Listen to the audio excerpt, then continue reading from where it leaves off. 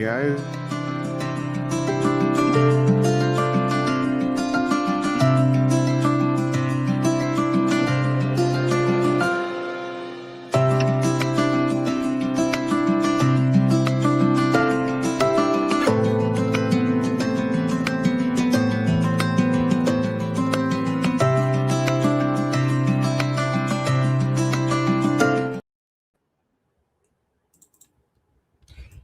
Surprise, surprise. Namaste. We are back again to a much delayed podcast we are trying to do with some guests, but the time could not be managed. So we thought we will be doing it this as a audience reaction session.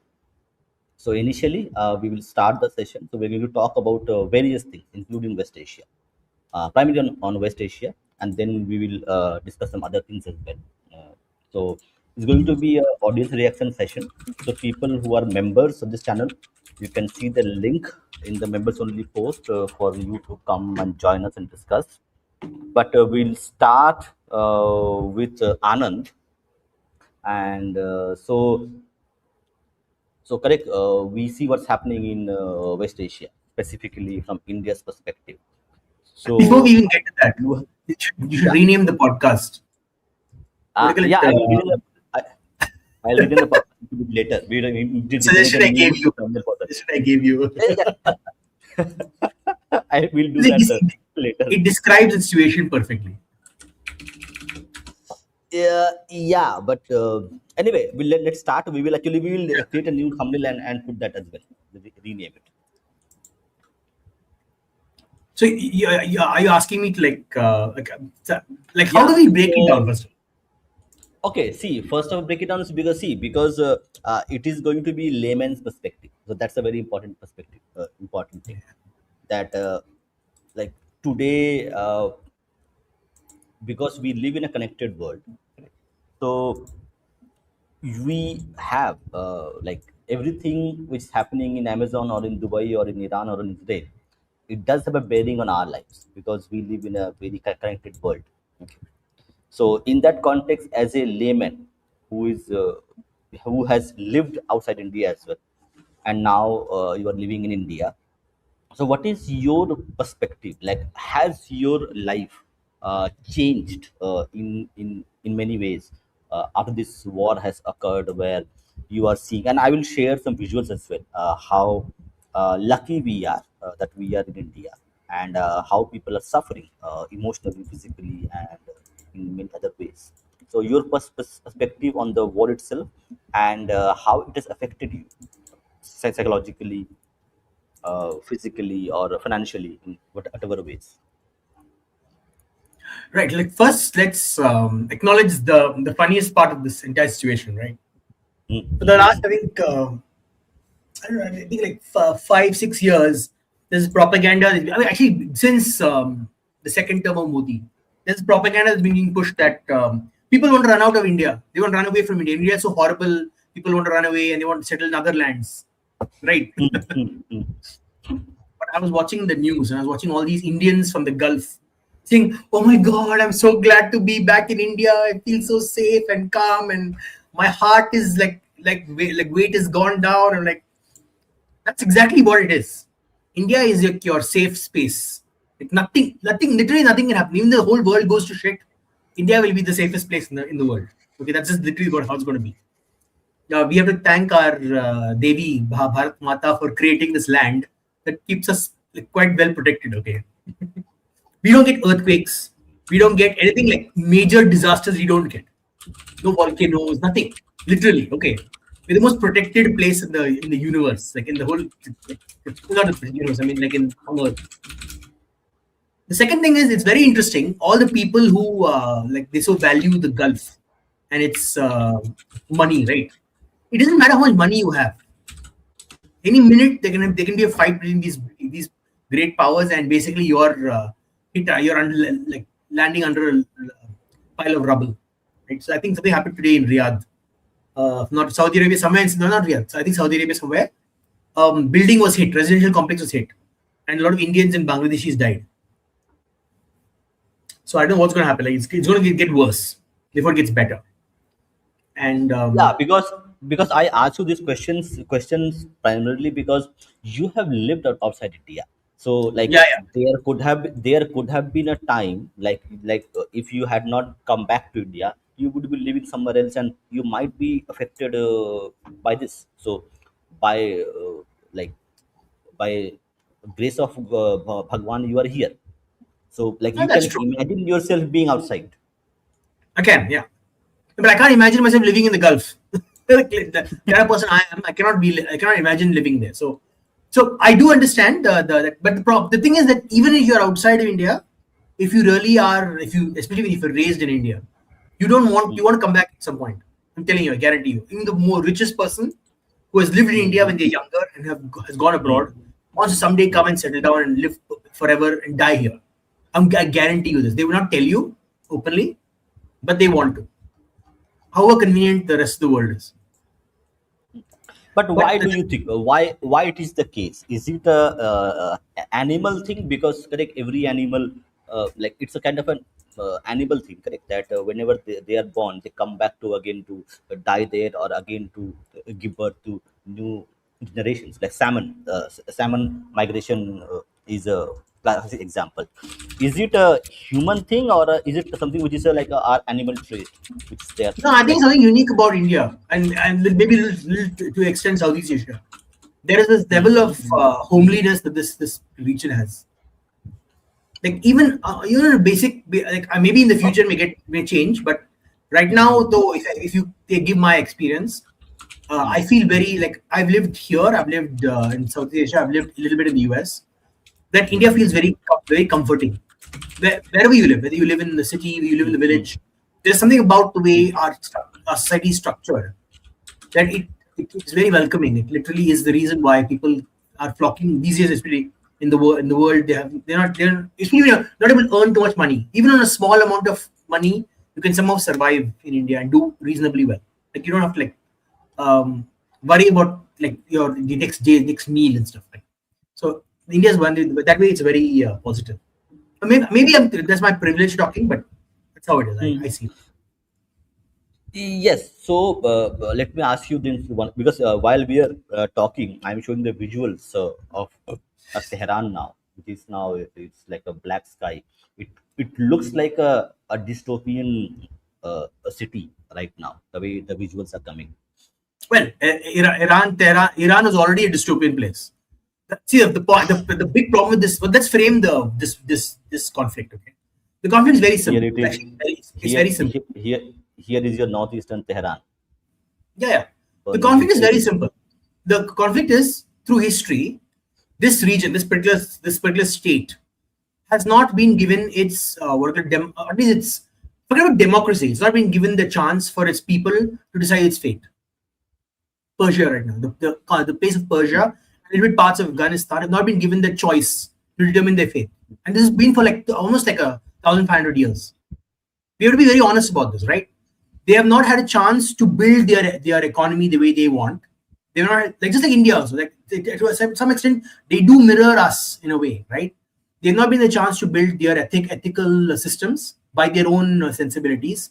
Two large religions have been fighting for domination of this place. Christianity and Islam both are fighting for the future of these people, and they had no chance to determine their ethics. The clergy of these two regions, these two large religions, have been trying to manipulate them. Right?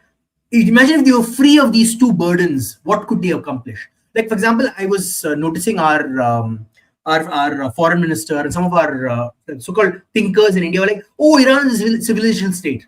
No, it's not. Not right now. Iran is not a civilizational state right now. Right now, it's just a religious state. A civilizational state would have a unique set of ethical systems that is different from the rest of religious conundrums that religion has. Right? You tell me what's unique about Iranian Islam or Iranian civilization ethics? Nothing. They just follow the same Sunni Shia nonsense that you find everywhere else in the world. There's nothing unique about it. Maybe they have the college of whatever clergy voting their thing, but that's like, literally like a pope, right? Where is the Iranian idea? I'm not saying it's exactly. I said like, but where is the Iranian idea? The Iranian, the Western idea. It's not there anymore. So what is the civilization about Yeah, it? yes, actually, that's a very important part of it. Uh, it's my personal perspective. So, no offense to anybody. Like everybody has the right to their own opinions.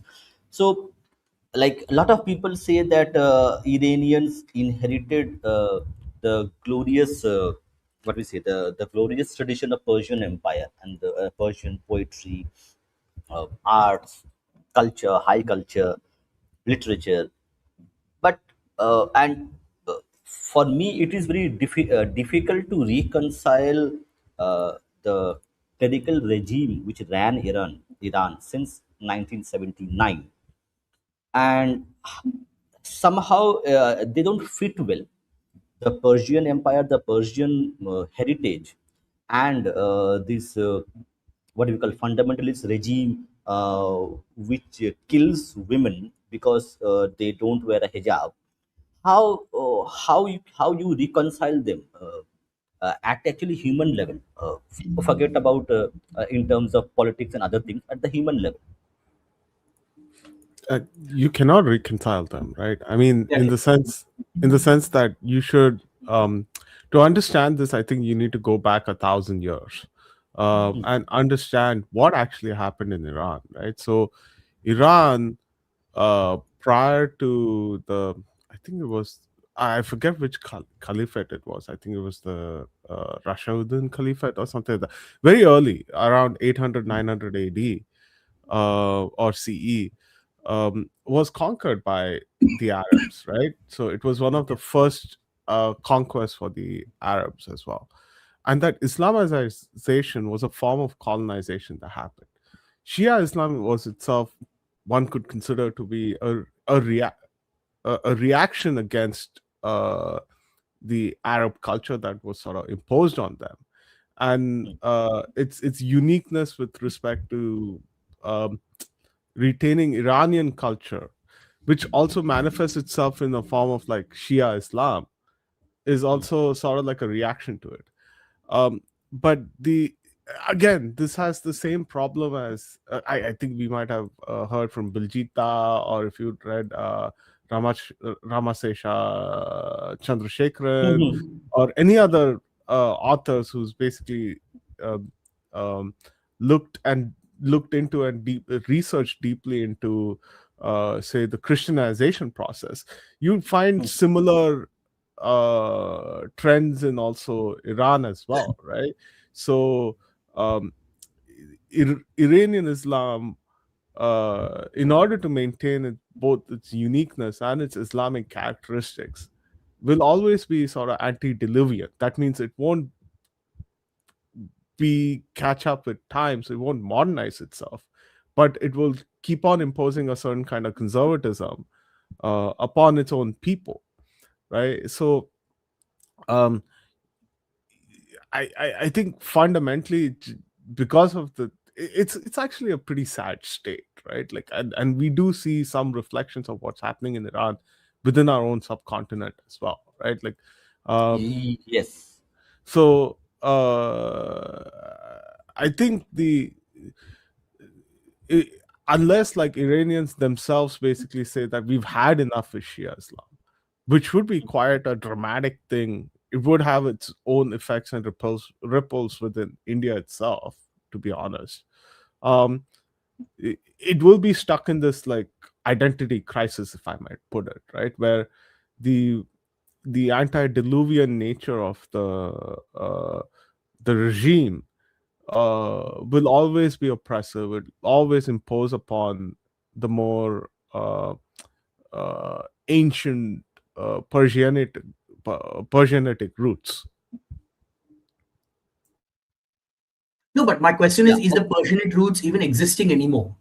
See, that's my problem. I think Yeah. Yeah. this typical Yeah. of Exactly. No, I mean it still exists, no, no. right? I'm saying that actually why I'm saying this, because I feel like they take the trappings of the culture. They basically appropriated the trappings, because there's nothing. Tell me what is fundamentally new and Persian about the fact that they look at the kind of art and architecture they used to build.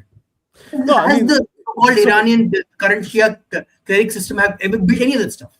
Have they done so any of that stuff? the hard No, work. let me give you an example, right? I do believe some of that Persianate, at least a shadow of the Persianate culture still exists, right? Okay. Because um, now, uh, to understand this, I think it's better to understand the broader region as well, right? Like, what do people in, say, any of the Stan nations consider themselves to be? They actually consider themselves to be Persians.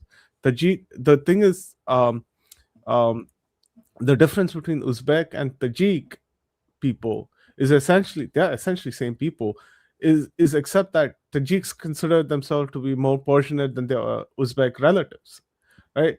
Similarly, if you talk to, say, Azeri, Iran has a huge Azerbaijani population, right? But they don't associate themselves with Azerbaijan because, but they associate themselves with Persian culture, right?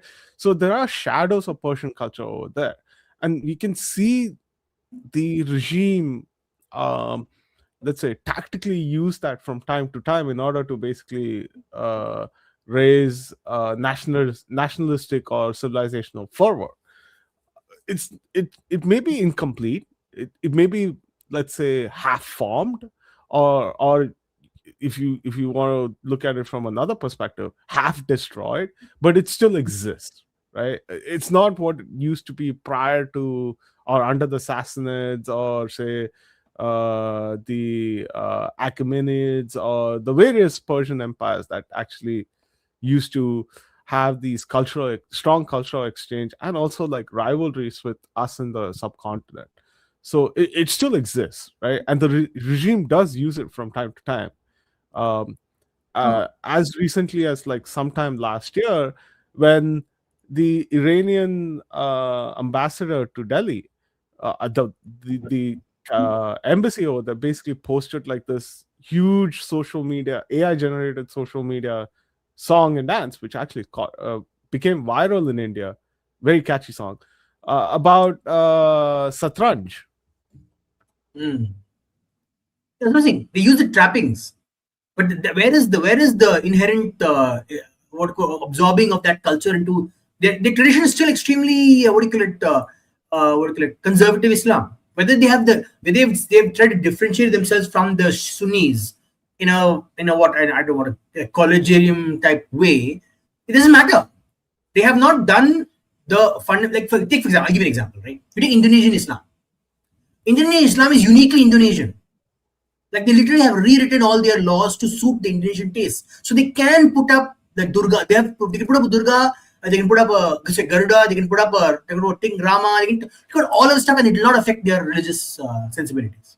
But in Well, Iran, you can't do that. You can't say, "Oh, this great Zarathustra," and you can put up a statue of Zarathustra like, "Oh, it's allowed." No, it won't be there. They're not adopting any of their old traditions. Like you can't. For example, the Iranians have a tradition of religious martial combat, where they use that big shield. They use the swastika. Like they are also Aryan technically, but that's not brought up in the India system. It's not part of their system anymore. Some people use it just to play to use the trappings for their cultural I don't know show off. But beyond that, there's nothing there from Iran. that is So the the half. point is that sorry. No, that is the half destroyed part that I was talking about, right? But I'm they're not even not. saying half. It's like they have like 10% of their Iranian tradition that they sort of using. I, It's like wall draping, you know. I mean, there are self references to the past Iranian culture itself within Iran, right? So you can Hmm. see Uh, it in some Munshi, form of. Yeah, go ahead. Munshi, let me just actually, I think you raised a very important point. So you are mentioning that, correct? The Iranian regime, we call it a regime, not a like proper administration.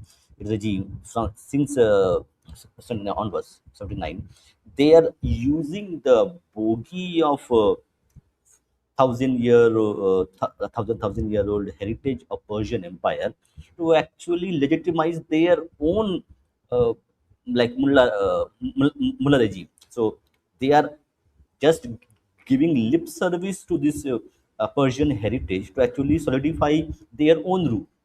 Have they Uh, done anything? no, let me clarify a little bit over here, right? Mm, So mm, now, um, if you what we are looking at Iran right now is the Iran since 1979, right? But yeah. Mm, Iran, I think to some extent, the folks at the MEA are also right in the sense that Iran is itself a civilizational state, right? It's a malformed civilizational state. I think we can argue about that, but nonetheless, it has deep historical roots. And you can't disconnect Iran's historical unless you do a complete wipe, like what the Arabs did in North Africa, or the Spaniards did in, say, Central and South America. Like, you cannot disconnect Iran from its deep civilizational roots. Like, it is very difficult, right? And um, what the Arab invaders did in the 800s and 900s and subsequent centuries was just a half-baked job, right? So that's one aspect that you need to understand. The other thing you need to understand is that um, th- even if you go back to the more recent past, right? So 100 or 200 years ago, the Qajar dynasty, which preceded the Pahlavi dynasty, they always made references to their Iranian past, right? Not just as a form of, differentiation between, say, the Arabs, uh, but also as a form of basically holding some form of legitimacy of the current day borders of Iran, right? Um, but they've also sort of balanced that out with their Shia influence. Now, Shiaism itself can be also seen as a form of reaction against, say, the Arab form of Sunnism. Now, Or imperialism. You can say Arab imperialism, imperialism. yeah, Arab imperialism, whatever you want to call that, right?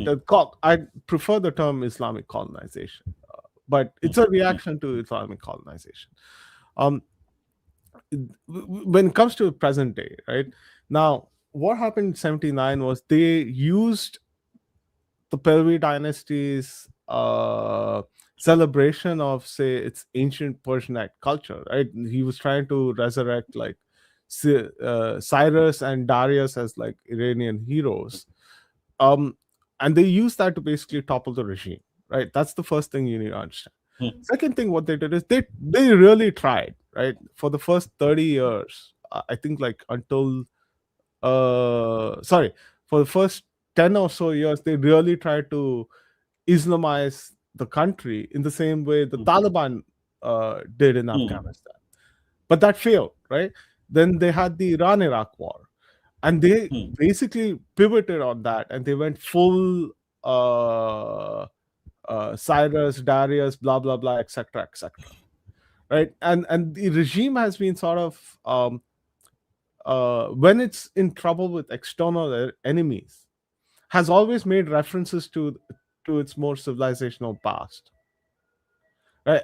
And I think that this is something that people, uh, especially in the West, have sort of missed out on, right? When they look at the Iranian regime, and we are also, our I think our information space, at least even in India, is also dominated by a lot of Western narratives, but Yes, to some extent, right? obviously, yes. I don't Yes, think yes. it's No, no. like It is certainly that. It is. There is no question that the information that we receive regarding what's happening in Israel, Iran, or somewhere, it is primarily the Western source. It's right, not. right. There's a traffic there. Even journalists, like, lazily pick up Western analysis and present it as some kind of gold, but they tend to miss out on, either deliberately or unintentionally. They tend to miss out on this pivot that the Iranian regime does from time to time, right? Maybe because they want to basically own that part, right? Now, if you look at Western psyops, is mostly, uh, oh, ancient Iranian civilizational culture versus this Islamic imposition. That's their framing, right? But the truth is, like, not that. It's more like the regime uses, can't seem to get rid of the uh, Persianate past, and can't destroy it, and it has to live with this, like, chimera called Shia Islam. So it always tries to pivot between the two, and when one becomes a little excessive, it kind of pivots to the antediluvian conservatism to sort of balance it out. No, see, the reason I brought up this very specific idea that Iran is not, I do agree with this. It's a civilization state. Even with you, if you use these particular measurements that you're saying, I don't think it's because a civilization state has deep ties with every citizen. If take for example in India, okay, until this Salafi changing of Indian Muslims happened, and even this conservatism in Christians, at some level, even the Christians and Muslims of the Indian subcontinent had some connection to this civilization. Like they used to freely adopt dharmic practices and traditions, and even part of the philosophy. Like, for example, if I'm not wrong, there was this Bengali or Bangladeshi guy who's trying to define Allah in terms of Brahman, in terms of very similar. Like he's framing the, I don't know, I forgot his name, but there's one where he's talking about frame Allah that way, not the way the Quran frames it, but more the Indian Muslim, the Indian subcontinent way, right? So I have not seen that out of Iran. That's first thing. Second thing, the bigger problem is this: because there is no serious definition of what defines the Iranian civilization states, the Western world, now this is coming from the other side. The Western world has been using this idea, the Iran is a civilization state, to say that you have to get rid of these Shias. You have to understand, both are using this idea of the civilization state to fight this war. They Westerners are saying, "Oh, Pahlavi needs to come back to bring back the golden era of the of the non-mullah regime." But it is not possible at this point. Even if you bring Pahlavi back and put him in power, the country will essentially remain Shia, in mostly in power. Like they will control the politics, right? And because they've been attacked so viciously through a war, they will get more hardline. Because that's how you notice Islam. How is it? When it's attacked physically in a significant way, it gets more hardline. It gets less hardline, right? You look at the states and look at the Balkans, right? Balkans were mostly Christian, but when the Western world attacked them a lot, they didn't become more Christianized. They became like more secular. But this is not the same about with the Islamic states. They get more Qatar, more violent, more aggressive, more turn to terrorism. So my problem is this: the problem is that we are using this idea of civilization state in the West Asia. We are falling into the trap of these two large religions, using the excuse of civilization state to destabilize the region even more. So I appreciate the Indian stance. You do these changes via economics, via social conditioning, via social cohesion and discussion. This idea of fighting for the land. Like, look at what happened in the White House, right? Trump had these people coming and do a religious sermon for him. He's blessed by God. Like the minute the Iranian IRGC can literally spread this video all over Iran, saying, "See now, this is not about them giving you freedom. This is about Christianity coming to colonize Islam." See, the problem is this. The problem is this. It's not a civilization state, and the two religions are fighting over the landmass. That's the problem. We should be looking at it that way, right? And look at the example how terrorism came onto the Middle East. If you observe the antecedents of it, it is the American deep state that created the foundation of terrorism, long-term terrorism. But they're not going to acknowledge the fact that they created this problem. Then they create again in Syria. Like who was the one who, the Baathist parties kept terrorism, or what do you call it, to a certain extent, kept them contained within their states. So, for example, Saddam Hussein and Bashar al-Assad kept the terrorist influences reasonably well contained within their state because they were such horrible dictators, right? They were able to control it. Like, you need that democracy didn't have those tools to restrict ideologies. They do not accept democracy. Democracy fails those tools. It doesn't have those tools. And this will come to your discussion later about how people Hindus are being assaulted all over the democratic world.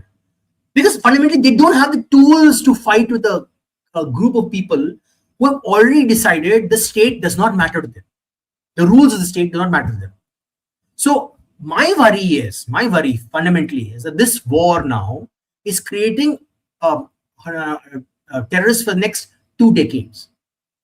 Because those youngsters who are in Iran right now, those youngsters who are sitting in Saudi Arabia, who are sitting in all those regions, Arab regions, are observing this behavior.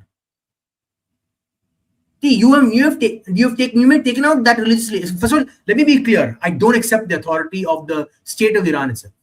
Because fundamentally, let's think about it.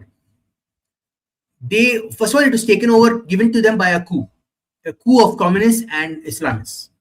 Like, the people did not get to choose this option, right? And they've never had a chance to break out of that option because they've been restrained, repressed in such a way that they don't have the ability to talk about it, right? So when people, like, for example, a lot of people go around saying, "Oh, it's a legitimate state. You bombed a legitimate state." No, Iran is not a legitimate state. It's like saying the Nazi, the German country and the Nazis were a legitimate state. It is not a legitimate state, right? Because they started off as a legitimate state, but later over time they took away the power of people to express their opinion. It doesn't have to be democracy, but it could be any other method. It could be maybe a parliament, like, I don't know, even if you have an anarchic state, right? It's not even an anarchic state. It is single repressive state. Say I don't accept Saddam Hussein's state as a legitimate state. So you have a right to attack such states because they are not legitimate. Actually, democracy is the right to attack such states. I don't accept this. Oh, the UN world order. I mean, when did you decide this? Please tell me this document in the UN says that even democracies and authoritarian states can be compared on the same keel. That's what the UN has done. The UN has basically created this framework. And they literally allow for democratic states that the West doesn't like to be called autocracies.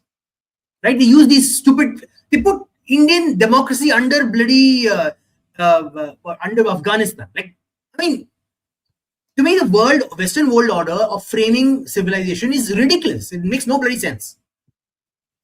So that's my problem. My problem is that with this conflict. This conflict is that this is not being discussed enough.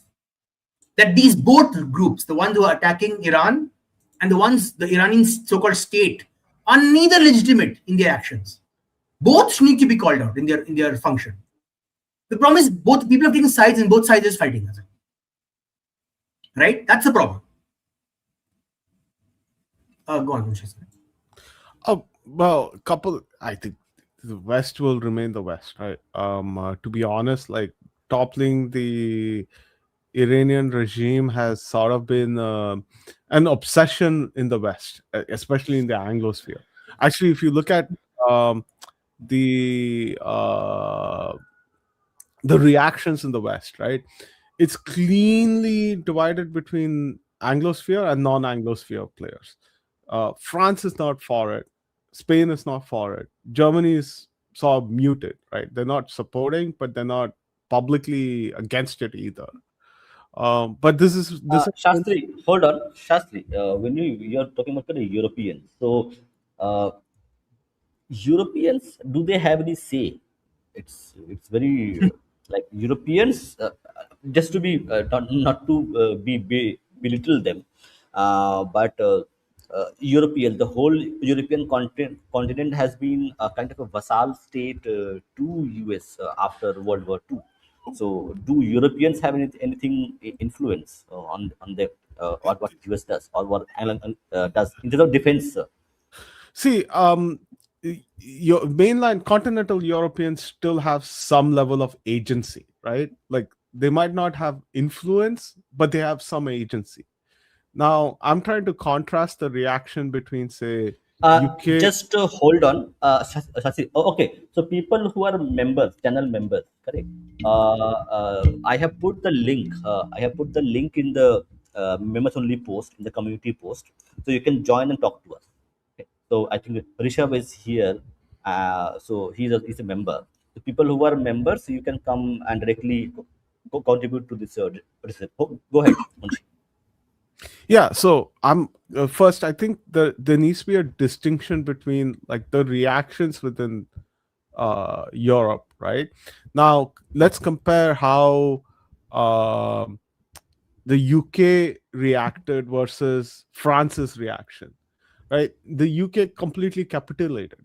If I were to look at the way in which Starmer basically allowed this operation to happen, right? So the Americans did use facilities in the Mediterranean, British facilities in the Mediterranean. They have an airbase in Cyprus. They did coordinate with British armed forces over there to actually defend some of their Gulf territories, right? Like the UK also still, even though the Royal Navy has no presence, the UK still has a base in Qatar, right? The Royal Air Force has a base over there. Um, if I were to look at, say, the reaction of, say, Australia, New Zealand, Canada, versus, and compare that with France, you'd see a completely different set of reactions, right? France still exercised its agency by saying, "This is not, we are not participating in this.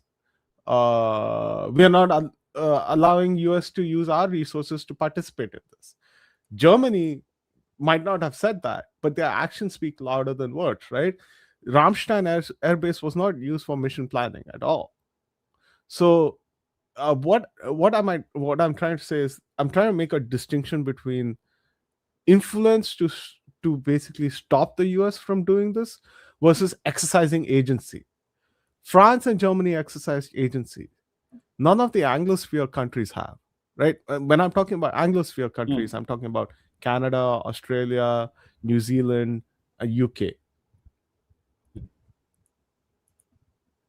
Yeah, okay, I got it. So France has still some amount of thing, but the Germans have any, like, do Germans have any army where, like, are they spending enough money on their army? Because the including France, correct, the welfare state which France has built after World War II made sure that they didn't had any money to actually build their defense infra, No, their I mean, capabilities. this is not about army or army size or the ability to spend on defense, right? So the Hmm. US has, I mean, you can assist the Americans in this campaign in various different ways, right? Intelligence is one of them, providing air bases is another one, right? Providing refueling facilities is another one, right?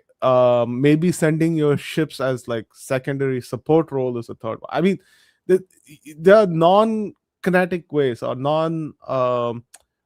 let's call them explosive ways in which you can help the Americans. The Israelis are doing that, right? Like, this is a joint Israeli-American operation. Let's be honest about it. But none of the European countries have done that, right? On the other hand, they've actively refused any kind of support, whether that's intelligence, refueling, support, uh, even advisories.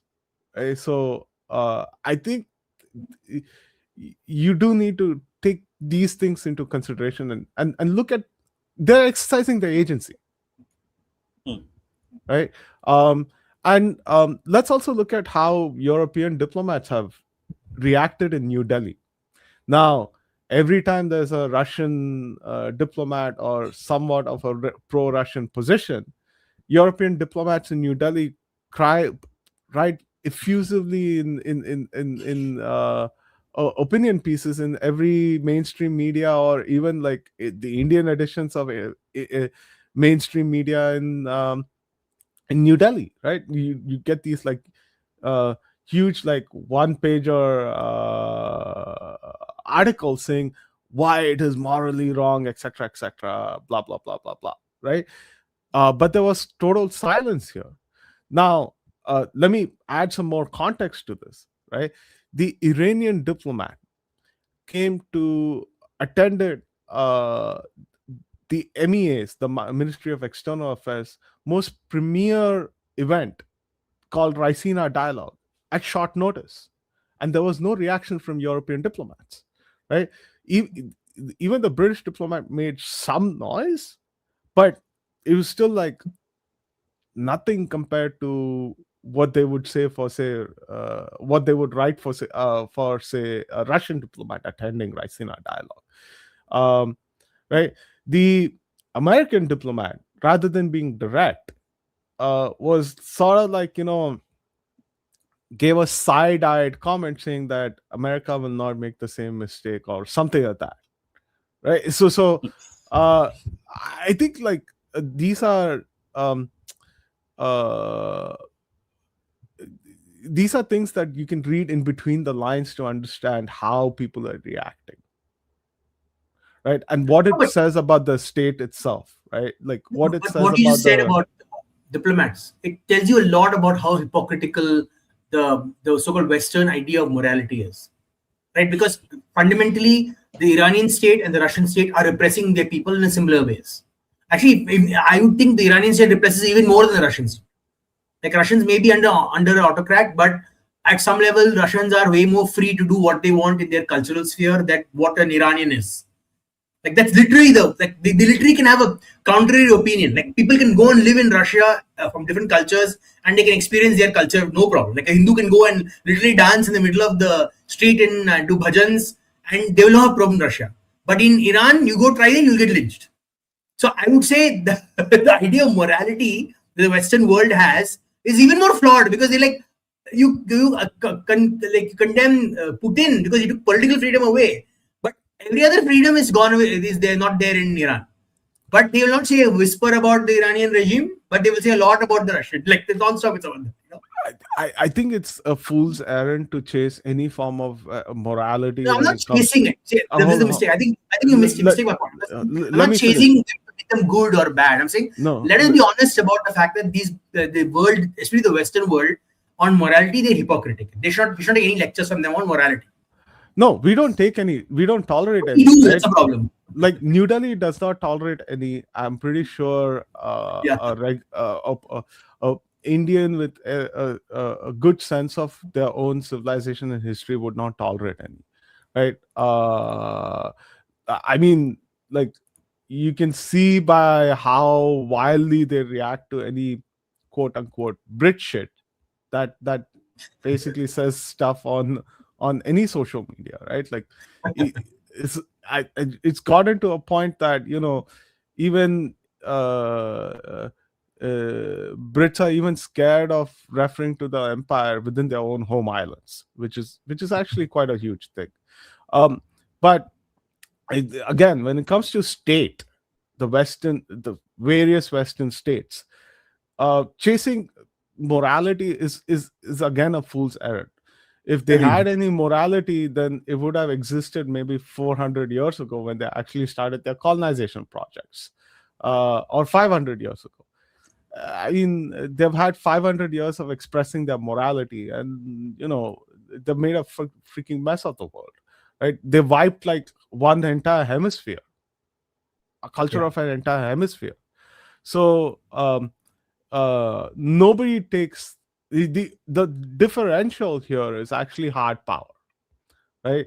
They've Hmm. had the hard power for the past 350 years, and they've imposed a certain kind of uh, uh, rules on the rest of the world. That may be changing, but it's changing slowly. But ever since independence, nobody has taken any word that a Western state has had to say about morality seriously. They've actually pushed back on it quite heavily.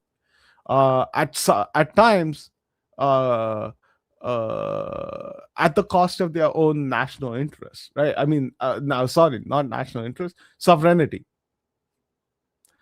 Yeah, So Shastri, but that is a very recent change, maybe after 2014 or something, because I can show you this Nirupama Rao Menon, correct? Like I remember watching her give some press conference or some statements on behalf of MEA. When I was not very old, very young indeed. So you had, correct, you had literally the Indian government mm, being overawed by the moral superiority of the Western nations. I mean, I have my opinions of Nirupama Rao myself. Like, No, no, no. I'm not talking about the individual. I'm talking about what that individual represented pre Yeah. 2014. yes, yes. So let me put it in a couple of different ways, right? So what has changed since 2014? Um, I think India's economic situation has improved quite a bit, right? Like we have consistently reformed ourselves. We are still on the path of reforms.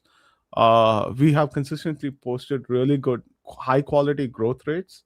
And with that growth rate, we've also consistently invested in hard power, right? So with all of that actually comes a shift in your tone and what you can do, right? In tone and what you can do. Now, even if you go back to the pre 2014 era, right? uh, the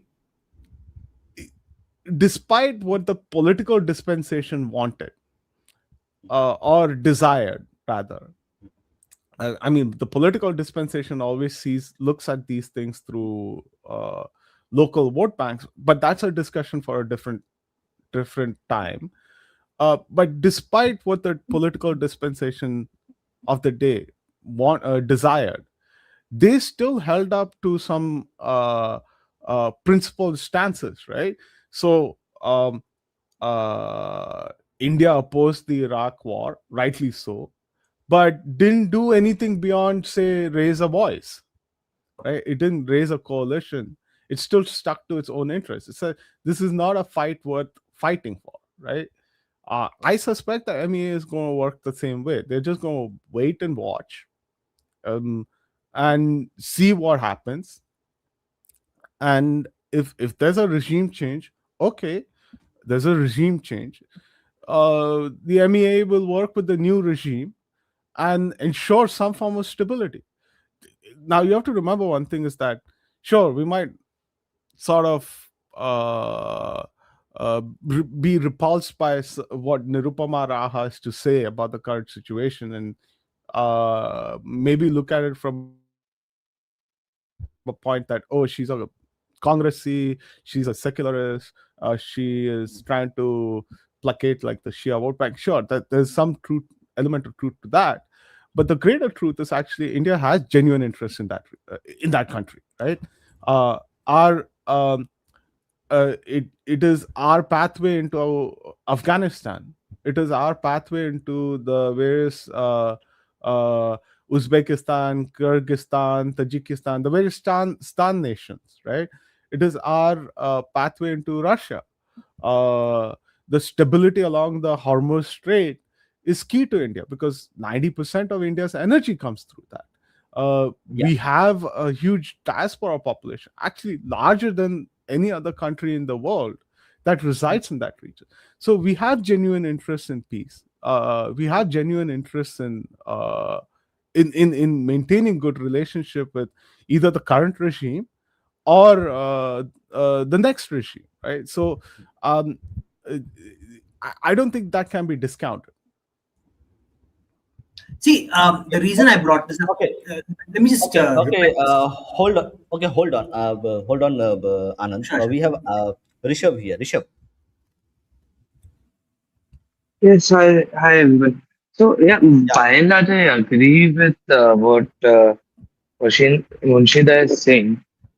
Hmm. See, I personally, I feel that all this talk about our great relationship with Iran is overblown. Not that that is the point that Munshida was saying, but just because there's been such a huge amount of irritating discussion about Iran is such a close friend of India and so on and so forth. No, they're not really.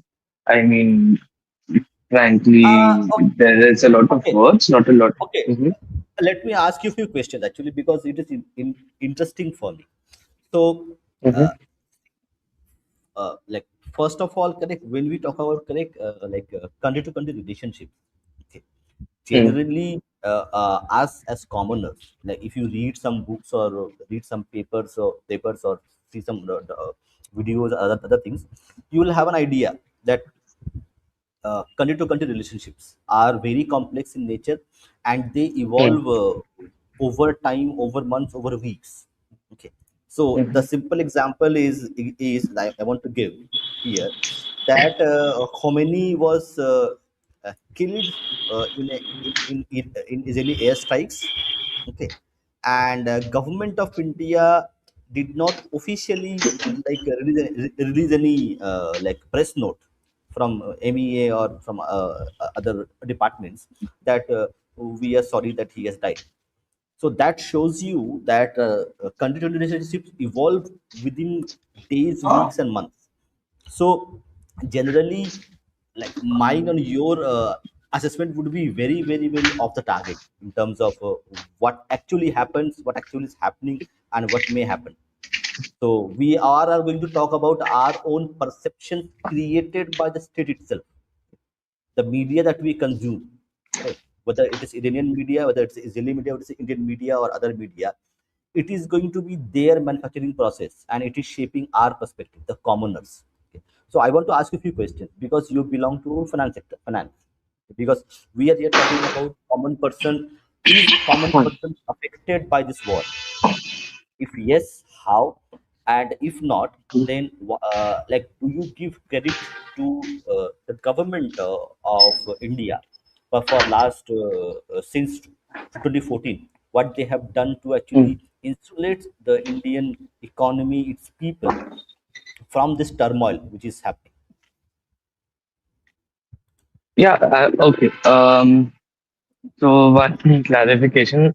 Actually, what I do does not have a lot to do with finance, but I have done an MBA in finance. So partially, maybe I can answer. It's just one of those things that my career took me in a completely different trajectory. I'm more in strategy consulting.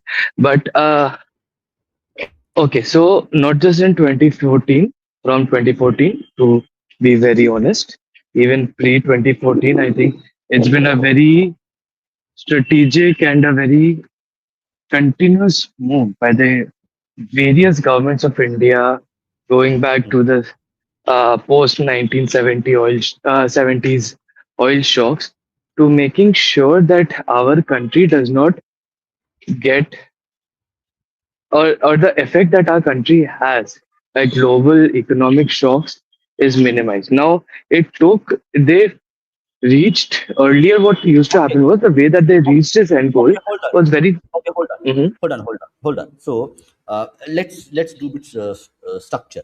So I'm going mm, to define, let's say, 20 post 2014 India's relationship mm, with the West Asia. So for us, it's West Asia, not Middle East. Is for the US perspective. That's why I named the program West mm, Asia. From the mm, Indian perspective, it is West Asia, not Middle East. Middle East is the mm. Western perspective. So from the Right. so to post 2014 India versus the West Asia relationships, and pre Mm. 2014. So how I would say my opinion is that it was rather a kind of like say a reactive policy India was having prior to 2014, but after 2014, it was an active and strategic engagement which happened only post 2014. Go ahead. Yes, totally agree with that statement. So, broadly speaking, I think pre 2014, India used to treat West Asian nations the same way that it treated, or still in some way still treats Muslims within India, wherein there was really not a lot of agency that was ascribed to these people, and what CSK calls the whatever of low expectations things that was going on with those countries, even as they were rapidly developing and growing in their financial capabilities. The governments in India always looked at these places as tax havens, shelters for terrorists, and stuff like that. So there was no effort made to actively engage them, and saying that, oh, they would always be supporting Pakistan on all major issues was something that was considered a huge fait accompli, and not without reason, but because in the past, that is what the messaging from West Asia typically was. What changed after 2014 was we started reaching out to these countries to find avenues of growth, and initially it was very very business, like very transactional, wherein we found ways where we could get them to invest in us. We found ways where we could maybe further their own economic development.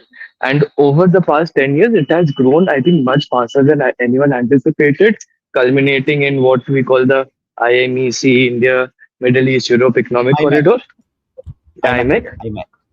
Yes, which is once it gets fully operational, is going to completely transform India West Asian trade. And yes, totally agree with your point that it has become much more proactive, and people have, or rather, the Indian bureaucracy has started seeing West Asia in a very different light, wherein they are being seen as agents of good, in the region, agents of stability in the region, where previously they were just seen as initially they were just seen as Western puppets, American puppets, which they technically kind of sort of are. Very complex situation there vis-a-vis that, but also they were seen as Islamic countries, not really considering their geographies, not really considering their individual nationalist tendencies, needs, requirements, or convergences with our own security concern. Now, another important thing that has happened in West Asia, which pulled them closer towards India, was that this realization dawned on them somewhere around the late 20s, early 2000s, that the oil wealth will run out one day, so we have to diversify. So that is when you started seeing all the push that first started with the Emirates of diversifying your streams of income, making Dubai or Abu Dhabi major centers of the financial world, and secularizing, making it easier for people to move in, improving law and order, creating a community of expats within their own cities, which then was followed by Doha, Bahrain, to a lesser extent by Saudi Arabia. Oman, before 2014, really by and large used to be the only country that was sort of kind of friendly towards India, and silently was actually the mediator in these initial conversations that we had a decade ago. Uh, but today, yeah, I think our strongest relationship in the Middle East is with the Emirates, followed by the Saudis. Got it. Yeah. So now last question to you. That would be that as an Indian, okay, do Mhm, you what is your perception of like in terms of economic, in terms of stability? Do you like how do you rate Indian diplomacy, Indian also in terms of economy, because oil is a very big factor mhm, in terms of economic growth and also your inflation part.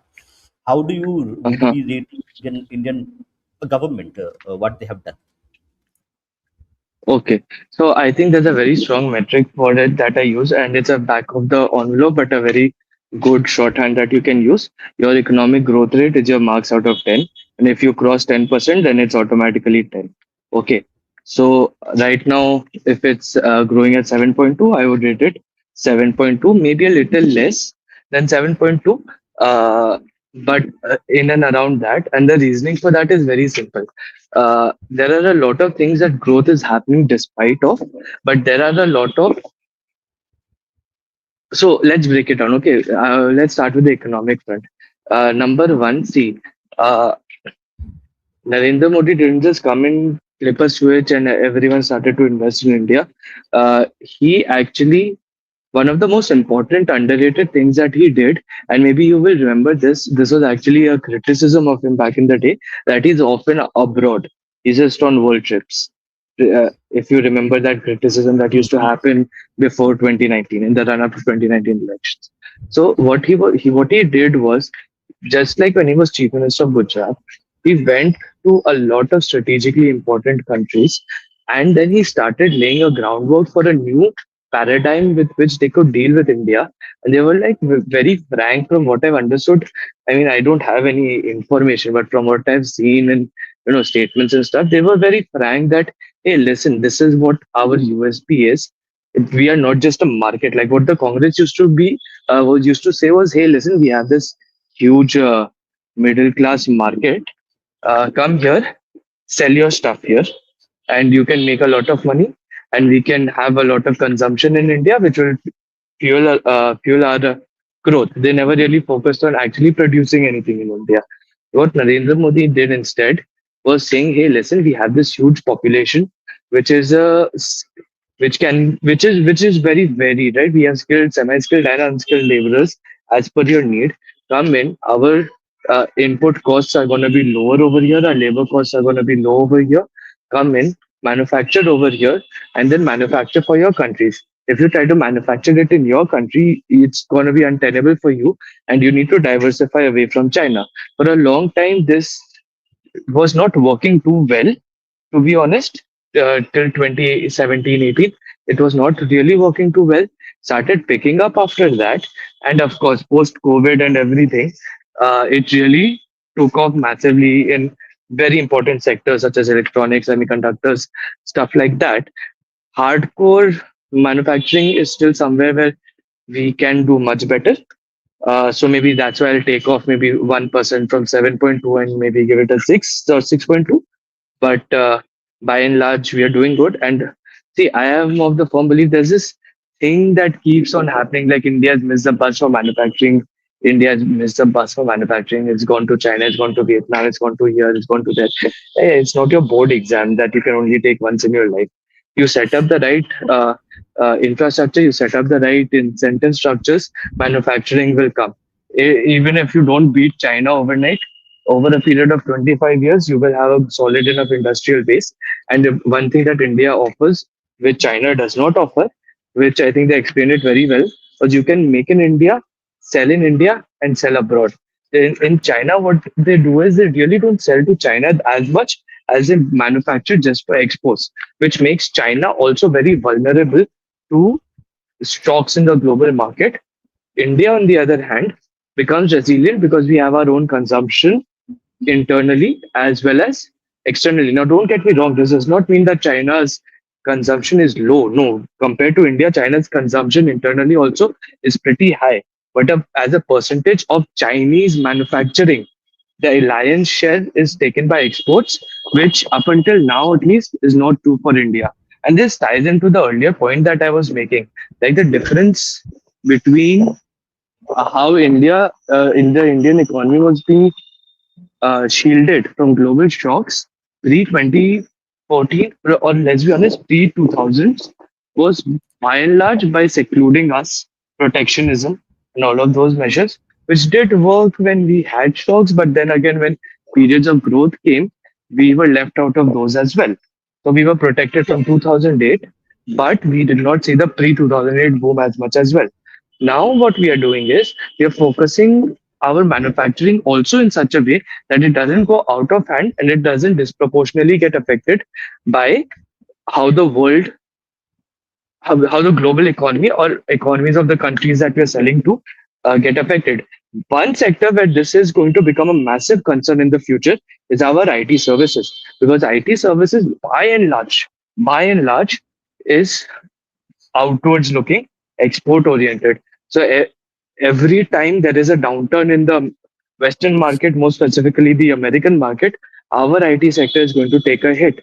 Uh, Now, this is something that the IT sector will have to course correct for in the future. Either you diversify to other less lucrative markets, but where your revenue keeps coming, or you start looking inwards and start seeing how you can solve Indian problems instead of just doing SaaS for the US. Okay, thank you. And what do you think in terms of the fuel prices? Are you expecting Hmm. that India is going to maintain its fuel supply because they have diversified in South America, Russians, Africans. So, like, if you ask me, what they Hmm. have done, so because I keep a track of few things. So, India right now has agreements with the South American nations who have oil. India has Hmm. agreements with the Russians who have oil. India Hmm. has agreements with the African nations who have oil. So Strait of Hormuz, if it gets bogged down, India has alternate source of supply of energy, which was done Hmm. uh, a lot for last 10 years. So Hmm. like that shows in terms of the thinking that they have in terms of uh, creating buffers and creating alternatives, because No, you never know what Bhupenda, we happens. don't have to worry. Yeah, Bhupenda, we don't have to worry. The US has given us permission to import Russian oil. We don't have to worry. Thank you, Trump Sahib. Thank you. Yes. No, yeah, I Okay. think yes, they've diversified beyond Russia. I don't know. I mean, South America, Nigeria, No, no, Ethiopia. no, no. Very Yeah, good that you we've. have. Yeah. Yeah, no, very good if we have signed all of these things. I don't know how the logistics chain is set up, how the value and supply chains are set up. I don't know if they have that kind of extraction and refining capability. If they do, very good. Africa, If Africa already they have. Africa, we are mm, buying oil. We are actually once you come, okay. let me share how much they are. We are buying from other countries. Anyway, you have any other points you want to make on the uh, conflict which has the theme with Israel and Iran and US and the whole West Asia. Yeah, I think yeah, let them fight. I mean, I will be honest. Yeah, it's on a human level, it's a sad thing that's happening. But if I take away my emotions, and I feel sad that people are dying irrespective of where they are in the world. But if you take away the human aspect of it, bhai, very frankly, you keep supporting Hezbollah, Hamas, Houthis, supporting terrorism in your region. Someday you'll have to pay your dues now. You're paying your dues. Unfortunately for the people, they are also suffering because of it. Unfortunately, because the Gulf Arab kingdoms did not want to arm their own people because they thought that what happened in Egypt and Iraq and Syria would happen with their monarchies. They outsourced their defense to the US, and they are, and so the US has its own priorities, which is Israel. So they are trying to defend them as much as they can. I believe beyond that, they're not being able to do it. But at a geopolitical level, I think it's a good thing that out of all this chaos, an Iran comes up, even if it's Islamic, if an Iran comes up that can actually engage with the world, it's going to be better for us. It will make Chabahar a less of a headache, at least for non-covert things. Uh, uh, so I think that's a good thing, and maybe we can piggyback on whatever redevelopment stuff the US does in Iran to gain some more leverage over there, just like we did with Afghanistan. So at a purely calculative level, whichever regime comes in Iran, their geographic realities will remain the same. See, people always keep giving all of these examples. I say one thing. See, during the Cold War, the Soviet Union was a communist dictatorship. Okay, after the Cold War, Russia became a presidential republic, just like the United States, a presidential republic. They are still rivals. Geographic realities will remain geographic realities. It does not matter what the nature of your government is. It matters more what the nature of your state is and who your neighbors are.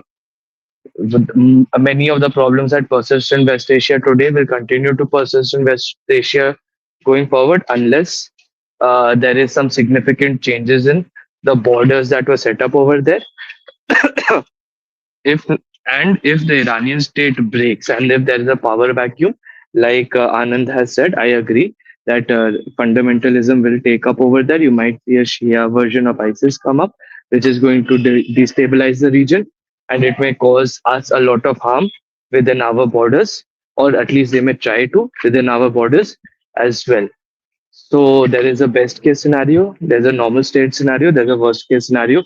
What will happen is anyone's guess. I don't think I thought they will do another Maduro, but it's not looking like that. So at this point, I don't know.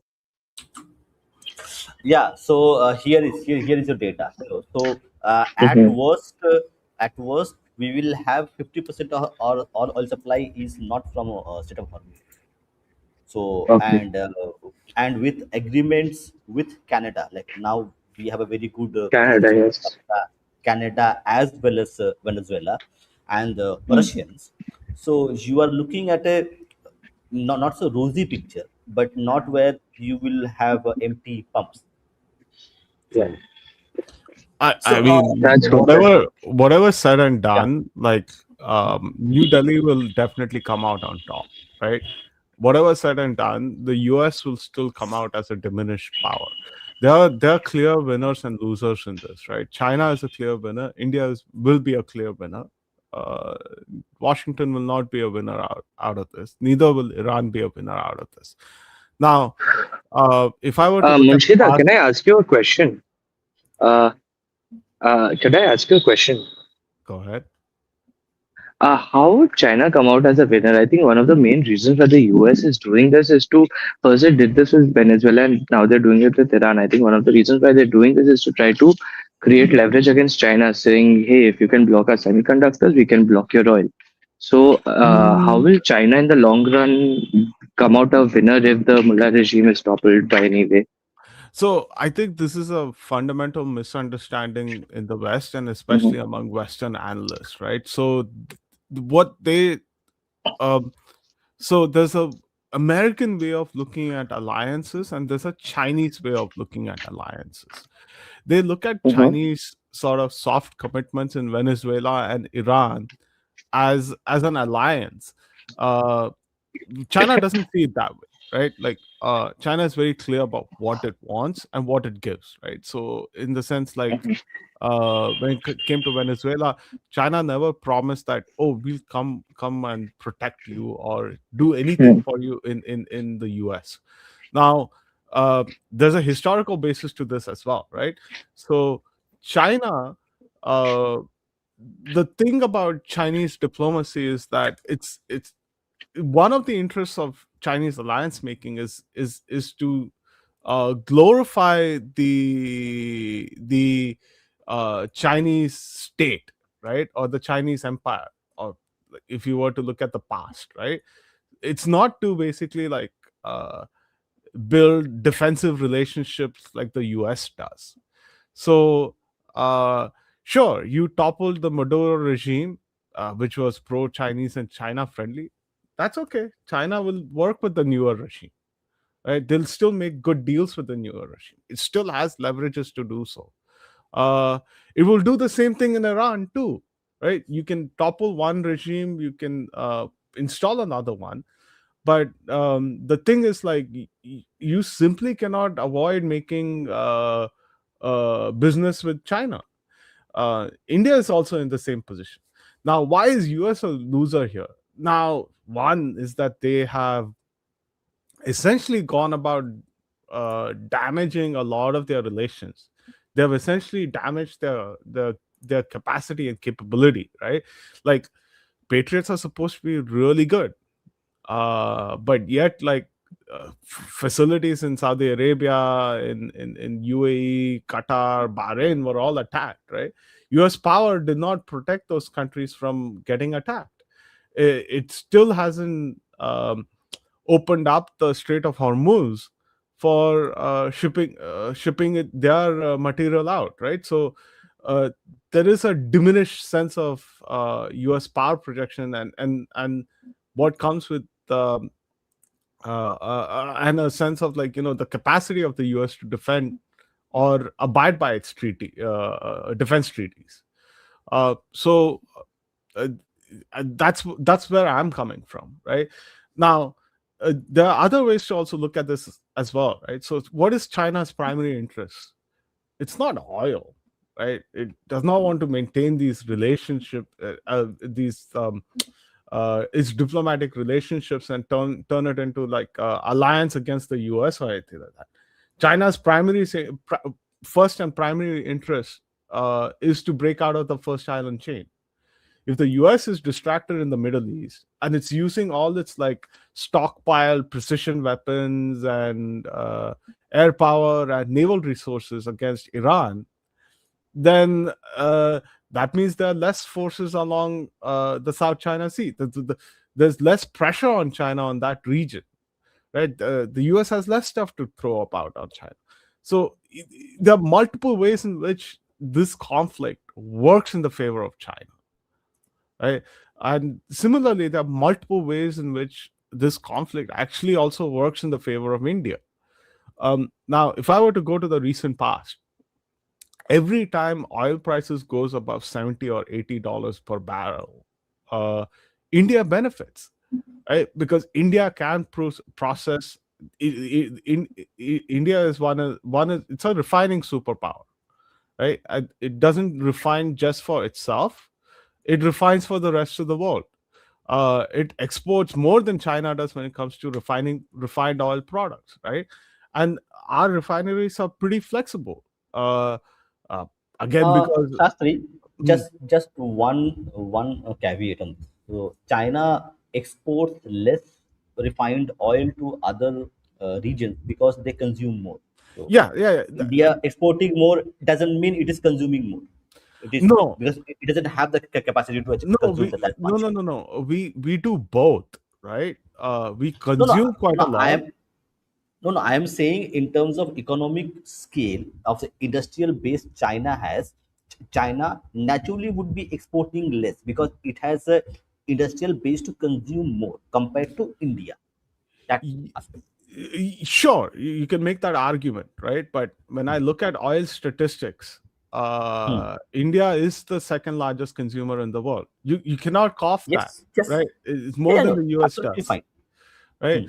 Hmm. But it also exports way more than other countries do, including the US. The US actually produces a lot of refined petroleum products, right? I think you simply cannot dismiss the fact that India is a refining superpower, and Yes, it China is a does not. refining superpower. No question about it. I mean, and China does not export because it consumes as much. If China wanted to export, it can. Um, it has the capacity to do so, but it doesn't. For whatever reason, right? You, I mean, you have to basically ask people in Beijing why you're not exporting, right? It would be another revenue source for them. But that's They a are question. exporting finish. They are exporting finished products. Like they are using the oil to like power their engine of manufacturing. I That's why. mean, you see, they also export steel. That's not a Yeah. finished product, right? And they look at steel in the same in a very strategic way, right? If I bring down steel prices all over the world, that would destroy steel production capacity all over the world. The US right now Yeah, but steel is a kind of correct. Steel is a capital goods. Like it takes a lot of technology to most produce Europeans steel. have lost their steel. Yeah, yeah, yeah. I'm saying that like It takes a steel, it takes the exporting steel is still a high-end product. no, it's not high Like end. It's not high end. Like, I mean, uh, refined petroleum products is also quite high end, to be honest, right? I mean, there's a lot of technology that goes into that. yeah, There's a absolutely. lot of research that goes into it. Um, but I think it's just that China doesn't see oil as strategic as, say, it sees steel, right? Otherwise, it would have been on a massive subsidize and export spree like it did with steel. Maybe that could be the answer to your question, right? But it has the capacity. It doesn't do so. But Um, nonetheless, One uh, more thing with steel in China is that, a little bit is also something that they have to do because China has massively overproduced steel. So they also do need to dump it because steel has actually become so cheap in China that it is no longer profitable to produce. So they have to keep dumping their steel outside to keep their steel industry viable. And it all ties into their infrastructure and real estate bubble right now. Demand of steel in China is actually falling for no, domestic consumption. I'm saying that's a secondary effect, right? The Yeah. primary intent was basically strategic. Yep. I China agree. outproduced steel in such massive volumes out of a strategic intent to basically destroy the steel industry in the rest of the world. It has succeeded to some significant effect. It could do so with refined petroleum product. But coming back to my main point, right? India's flexible refineries means that we can consume oil products from the rest of the world. If the Middle Eastern oil is not reaching India, that means that oil is not going onto the world markets, right? If Russian oil, Venezuelan oil, Guyanese oil, Nigerian oil is reaching Indian refineries, that means India can basically process them and export them to the rest of the world. That means that, you know, our refineries will earn a ton of money. They'll also earn a ton of foreign exchange that can um, balance our trade deficits, which has reduced quite a bit. Um, and the government of India can just it can mint money. Like And it one does more thing, mint one more, money, right? So Can so yeah, I? one Can more thing. I? let Okay, me just hold finish on. one I'll last make. thing. Let me just Yeah, yeah. finish one Go ahead, last go ahead, thing, right? go ahead. So when the Ukraine conflict started, government of India did not subsidize or reduce petrol prices. They kept them the same. They kept the tax rate the same, and they used that revenue to basically spend domestically on building more and more infrastructure. Right, the government of India revenues basically had a huge windfall. So I suspect the Modi government would basically do the same thing, right? We are in a slightly deflationary cycle, right? Like our inflation is lower than what RBI's targets are. It has this room to basically go like, okay, 1-2% or inflation महंगाई बढ़ने दे, and then we'll rake in the revenues. We'll put the economy in a positive cycle, and we'll tackle the disinflation. I mean, there's just lots of wins in just dealing Yeah, with see, it. actually, what I was okay. I make one more point, and then we'll go back to Anand. So, like, actually, I was doing some calculations. Right? So, your petrol price cost is about, let's say, 20-30 rupees approximate. Okay, your 1 liter petrol in actual cost is about 30 rupees. You are paying 100 rupees on the pump, so 70 rupees is your state and other taxes. So this external thing which is happening now, correct, now with cheap Russian oil and other things coming in, your foreign policy is influencing your internal politics itself, in terms of the money which is made in like fuel sales goes into Ladki Behna and all the other welfare schemes. Actually, people don't realize that out of 100 rupees of price you pay for your fuel, 70 rupees goes to taxes and most goes to center, less goes to states.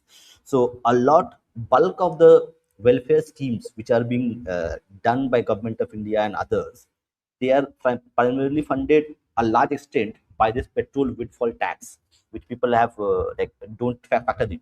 So your foreign policy is also impacting your internal politics itself. Yeah, go ahead, Anand. See, I have a different perspective completely. Hmm. Hmm. Um, this is not about Indian fuel consumption. Let's be honest. We are not a major, while we may have some amount of domestic consumption, we are not a major player in the world economy. Okay, we are not. The problem here is going to be when fuel doesn't get to all the economies of the world. And then they are suffering from fuel access, including China. Their economies will get affected. And because when their We lost Anand. Anand, we lost you. He just got censored by the deep state. Modi ji didn't like his comment. I think it Pol was, mat kholo. I think it was Karnataka state mandated blackouts. Yeah, Anand, you are here. We can see you. no, the Go ahead. problem is fundamental. Like I think I know what happened. So just kick me. So no, so my point is very simple. Okay, the world economy is highly dependent on fuel. It just is. It just that's just the reality of and the Gulf has been producing most of the fuel of the world. Russia has not been producing it. Venezuela has not been producing it. US does not produce it. It's producing only for itself. It keeps all the money, all the fuel for itself. When the world, for example, we signed a free trade deal with Europe, right? Europe needs oil as well. Europe will not get its oil, so it'll affect our free trade deal with Europe again. We just signed a free trade deal with the UAE, like one of the most important partners we're going to have. Large amounts of food that we export to the UAE. We provide a lot of food stuff to them. That will affect the exports of our farmers who are going to export to the UAE, right? They get affected. My point is that it's going to affect the world economy. Is going to affect us. Our point should be very simple. Our point should be fine. And Iran is going to get balkanized. That's just the reality. That's the only way this fight slows down or gets calmed down or whatever. They're going to cut that country into pieces. That's what I'm saying. We should stop. We should release this idea of it being a civilization state right now itself. Prepare yourself for it. It's going to be multiple nation states, each controlled by unique ethnicities. And the government of India and Indian producers start thinking about how do we relate to each of those groups. How do we relate to the Balochis in the east? How do we relate to with the Persians in the center? How do we relate with the Kurds in the northwest? Start building connections now before the war ends. How can we help you? How can we help you to stabilize the situation in that region? What kind of food, what kind of goods can we sell to you right now when you're having difficulty? The US is not shopping to enjoy the war economy. We should not do the same. This problem is moral standing on a pedestal saying we are good people. No, bloody don't care for people. We need to be merchants of death. People are getting killed. What can we provide you? Can we provide you food supplies? Can we provide you medical equipment? Can we provide you something? You need to start thinking like that. Stop thinking this. The problem with with my issue with our foreign policy is we talk from a moral framework. I know maybe in the back end they're doing all kinds of stuff, but it doesn't signal to the population to get getting prepared for this war to go long term. The businessman, every businessman can't say, "Oh, I've got contact with the government, so I will do some work. I go look in Iran, look for what opportunities I have." And not every businessman is connected to the government, right? So you need to put out that idea that this is what we're preparing for. We're preparing for balkanization of Iran. Maybe not in the not the MEA, but maybe through other ministries, maybe through commerce ministries. So talk about that. Start preparing for the new reality of UAE, Qatar, Saudi Arabia, right? Because now the war is going to attack a lot of the businesses that employed Indian workers. Are going to be like, I can't employ so many workers. It's going to be expensive to pay them. So I'll send them back. We're going to have a flood of immigrants coming back saying, we have no job. What are you going to do about them? Like there are a lot of unforeseen circumstances. Oil doesn't, it matters only to a certain extent, right? And Munshi is right. We have a deflated economy. And we have a deflated economy because no one's building anything beyond the military, the what do you call it, some of the new military PSUs. No one's building anything fundamental to the country. The government is to pump in large amounts of money. That's the problem, right? We have, take the tourist economy. What have we done to my biggest problem with the last budget was they didn't talk about tourism the way I was experiencing talk about tourism, because that's one of the biggest amounts of money we can make from the economy. There are take France, correct? France, Thailand, correct? Yeah. How much money they Every earn? country, forget about France, even Egypt has done a better job of highlighting the tourist economy that we have done. And Egypt is like a fucking third world state, like proper third world state. Like I'm really upset with the amount of disinterest that the Indian government has in their tourism. They're disinterested. They're fundamentally disinterested. My belief is they don't care about it. I disagree with this analysis. Now, here's the thing, right? We've had oil prices go up to $120 per barrel, and we've survived that and sustained that for about 2 years, right? Even with the current Iran war premium, nobody is expecting oil prices to go above 110 a barrel. And 105, 110 a barrel is not going to bring a shock into the global economy either. Now, India's deflation has nothing to do. I think it's been quite productive, to be honest, right? It's produced quite a lot of goods. There's quite a high quality growth, right? Now, the deflation has been twofold. One is excessive agricultural output, and the other one has been a crash in oil prices. In the past year, you had oil prices crash from a high of 115 or something like that to about like $50. It's literally a halving of oil prices. Of course, you're going to have a deflationary effect on your own economy because oil's become cheap, right? So those were the two things that basically led down the path of deflation in India. But I mean, deflation is also a strong term to be used, if I were to be precise.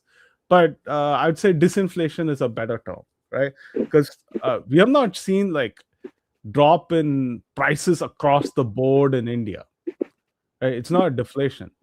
It's not deflation, it's just low inflation. It's not that. I think you missed my point. My point is not about the disinflation of the economy. My point is there are going to be a lot of consequences to the oil supply problems that are beyond just the oil price.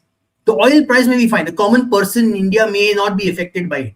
But the problem is, a lot of people, the businesses in the world will be affected by it, and they will have consequently have an effect on our economy, even though we are a Uh, large domestic economy, I, right? I, I, Secondly, I disagree again because it's I like don't, I don't. I think they're going to have a no, horrible I think situation, I strongly disagree because it's and we like need to be preparing for it. the business cycle in the past couple of years has adjusted to a lot of chaos.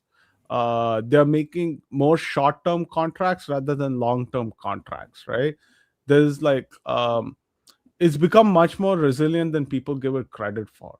Uh, I'm not about resiliency. I'm talking about Indian growth. See, the problem you're mixing up temporary, short-term, like management of the economy that India will manage. no, I So think I'm doing Indian. long-term growth. Yeah, My problem is going to affect long-term growth. I don't think so. Think about it. When you do short-term contracts, you don't do investments for long-term infrastructure growth in India. What is No, the problem in India? The problem is the government is to invest in everything. The I private economy is not investing in long-term infrastructure and success of the country. no, That's the problem. Now they make no, it even more. The American, the so-called foreign investors, like, I'm not interested. no. There's I no, think there's no. I I think have to worry about my money, right? I think you're mistaking the data itself, right? Long-term growth is pretty steady. Even medium-term growth is pretty No, man, steady. I have observed Um, my market is my investments are related to fundamental parts of the economy, not about this financial fiscal temporary changes. And those have taken a hit. I'm sorry, they just have. I do the There's a same lot of kind of. there's a lot of what do you call it, negativity in the market for long-term investment. I'm sorry, this is a reality. I don't I want to say I don't want to throw water on the hot, like, cheers and stuff. But unfortunately, that's the reality, and the Indian government should start thinking about it. They can't mean, I no, I will just enjoy the short-term benefits, and some companies that I am connected to, or the government is investing, and that's enough. I think you need to relook your investment strategy because I made 11% on the same fundamentals, right? No, for So me, I was I making, I think was making, no, no, I was making 18-20% on before all this nonsense started in this tariff and this thing. Now it's I, down to, yeah, now it's 11%. Now it's 11-12%. But that's a significant deflation, reduction from 20% to 12%. There is a significant cooling down in that I investment. I think like 18. Infrastructure, pharmaceuticals, what engineering goods. Those are fundamental things for a long-term growth of a country, and that's Okay, getting. I think it's just still in a good trajectory growth, right? There's some Okay, Rishabh, really go high ahead. quality growth, but an For our country, important thing to not for our country. important thing to note over Middle here. income country, not for us. One important thing to note over here specifically, Anand and Munshi, just correct me if my understanding is wrong. You're talking about your stock slash mutual fund slash equity investments, right? See, yeah, uh, and I don't treat that as a barometer of the broader economy. No, I don't yeah, invest in see, the temporary stuff. No, I'm just in long term stuff. My investments are for like okay. 20 years. That's my focus. uh, be that as it may, see, now there's a fundamental disconnect in terms of valuations of stocks, which flows down from valuations of companies, which takes a lot of different things into account, not just your present day fundamentals of the company, which is their P&L, their income statement, their balance sheet, their free cash flow. Just I'm just getting a little technical for a second, excuse me, but this is a point that has to be made.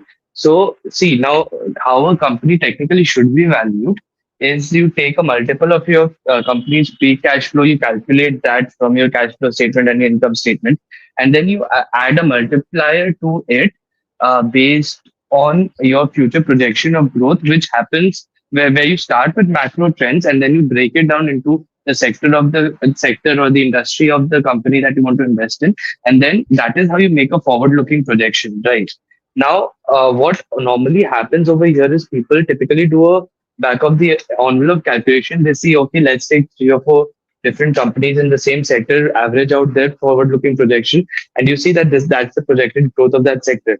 Now, all of those things become very sensitive to broader market, broader geopolitical considerations. Company valuations per se are No, I'm not not just going on. a factor of their accounting fundamentals and financials at present. That being No, no, said, hold on. We're to going off edit, topic. I'm not talking about company valuations. I'm talking about sectoral growth. Like, you see, one company can be valued incorrectly. two companies can be valued incorrectly. Like even five companies can be valued incorrectly. But if the entire sector is deflating from what it was achieving earlier, then there's a concern. You have to be concerned about it, and you have to understand certain Could you give me an sectors. example? Pharmaceuticals, for example, we're having That's all. significant reduction in value. Engineering goods. Pharmaceutical is again driven by oil prices. That's what I'm That's my trying to make point. clear. My point is, our large amounts of, If our growth will no, be in the future will no, be both based on your pharmaceuticals, no, medical goods, your engineering inputs, goods, your im, high value targets. no, your inputs have basically reduced by 50%. Yeah. Your And biggest also, inputs have basically reduced by 50%. yeah, That is what has happened exactly. in the past year. See, this is what I when I said that oil prices came from a high of 115 to about $50 a barrel. Of course, you're going to see some form of disinflation in the pharmaceutical industry because their primary input is basically refined petroleum products. No, Also, but one important thing to demand notice, right? The demand pharmaceutical doesn't just suddenly change overnight. You said See, your no, no, profit should it's be not about more. demand. Anand, it's demand is not about stable.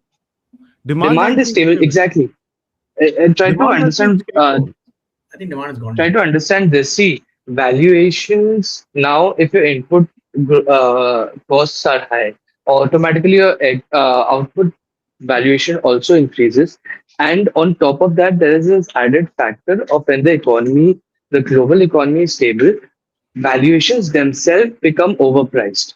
So right now, the Indian stock market has been going through a period of massive overinflation of valuations. Yeah, I I get. mean, and the IT sector, for example, was the worst of it. It was trading at like a 30 multiple at one point, which was an insane figure. So That's why I'm that not talking about IT sector. I didn't mention the IT sector even once because I'm not even and talking about the that's my example. ones. I So sure, I am using it as an example, and it is Hmm. true. It is also true for the pharmaceutical sector. It was trading at a very high multiple. The Indian stock market itself was overpriced. If you want to see actually what the nuts and bolts are, I would recommend you look at the PMI, the Purchase Managers Index of a sector, which is a very good indicator of how many units of their input goods are being consumed in any given month by a particular industry, by a particular sector. So that is a much more fundamental nut and bolt indicator of long-term economic growth and whether or not a company is looking at the future in a positive or a negative way. So, see, valuation, mean honestly, also what happens is in the one of the reasons why the Indian stock market has become so overinflated has also been extremely fast rise in the number of people investing in the stock market. Also domestically, like there was this 3 4 month period last year where Indian retail investors putting money into the market was outpacing Yeah, yeah. foreign FPIs that were taking money out of the market. So this is also a trend that has gone unnoticed, but a lot of these things do create, you know, distortions in the stock price of a company or the valuation of a sector or the Indian stock economy as a whole, the market capitalization as a whole, if you want to use the correct term, No, I get versus the all this. I agree with. actual. I'm not disagreeing. All this I'm aware of. I'm aware of all of this Hmm, stuff. My point is hmm, not, my disagreement is not. My point is that we have to start because I'm telling you, just the oil, just focusing on oil prices would be a short-term thought. hmm. My opinion.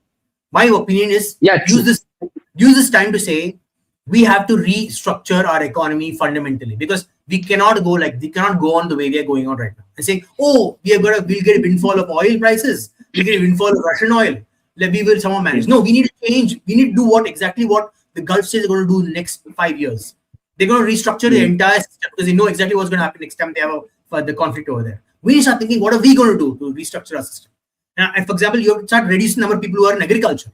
The idea, you think about it. India was a golden bird when agriculture was not such a large part of our economy. We are still sitting in that Uh-huh. same nonsensical, this socialist paradigm where agriculture is the most important thing. Oh, let's talk about agriculture 24/7. Agriculture should be a niche sector in India with high productivity among limited people, and they'll be then their personal growth will be higher. The problem is everyone is poor and everyone wants to be in agriculture. Okay. Yeah, I agree with you. Let- Incentive structures are skewed that way. Yeah, I I certainly agree with you on the I forward I I looking part. I certainly don't think that this is like a black swan event that India has to primarily restructure the I think they entire should. economy. I I No, don't think so. I think India needs to restructure the economy, not because it's a black swan event, but Not more because that is a pressing fundamental issue.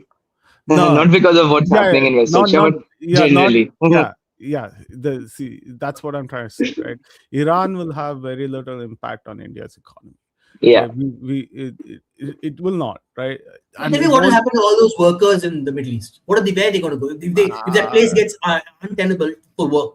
Where are they going to go? India's not going to take them back. Neither is the What do Gulf you mean they're not states going to take going to them back? send them back, right? Neither are the Gulf states going to send them back, right? So I think this there will be a sudden. I'll put it this way: uh, Gulf states will see their growth suffer for a quarter, but not beyond that. They have other fundamental issues. Actually, that's the other problem, right? So what will end up happening is, like, let's say this goes on for 2 months, you might see oil prices maybe go up to maybe 95 100 per barrel, right? But everybody else will benefit from it. Gulf states will have a whole glut of production that or products that they have to deal with, right? And then once they are able to go back into the market, they'll flood the market with their product. Prices will crash again, right? And they have to deal with the crashing prices. But it won't impact the Indian economy, right? What might end up happening is that um, uh, we'll benefit from both high and also low oil prices.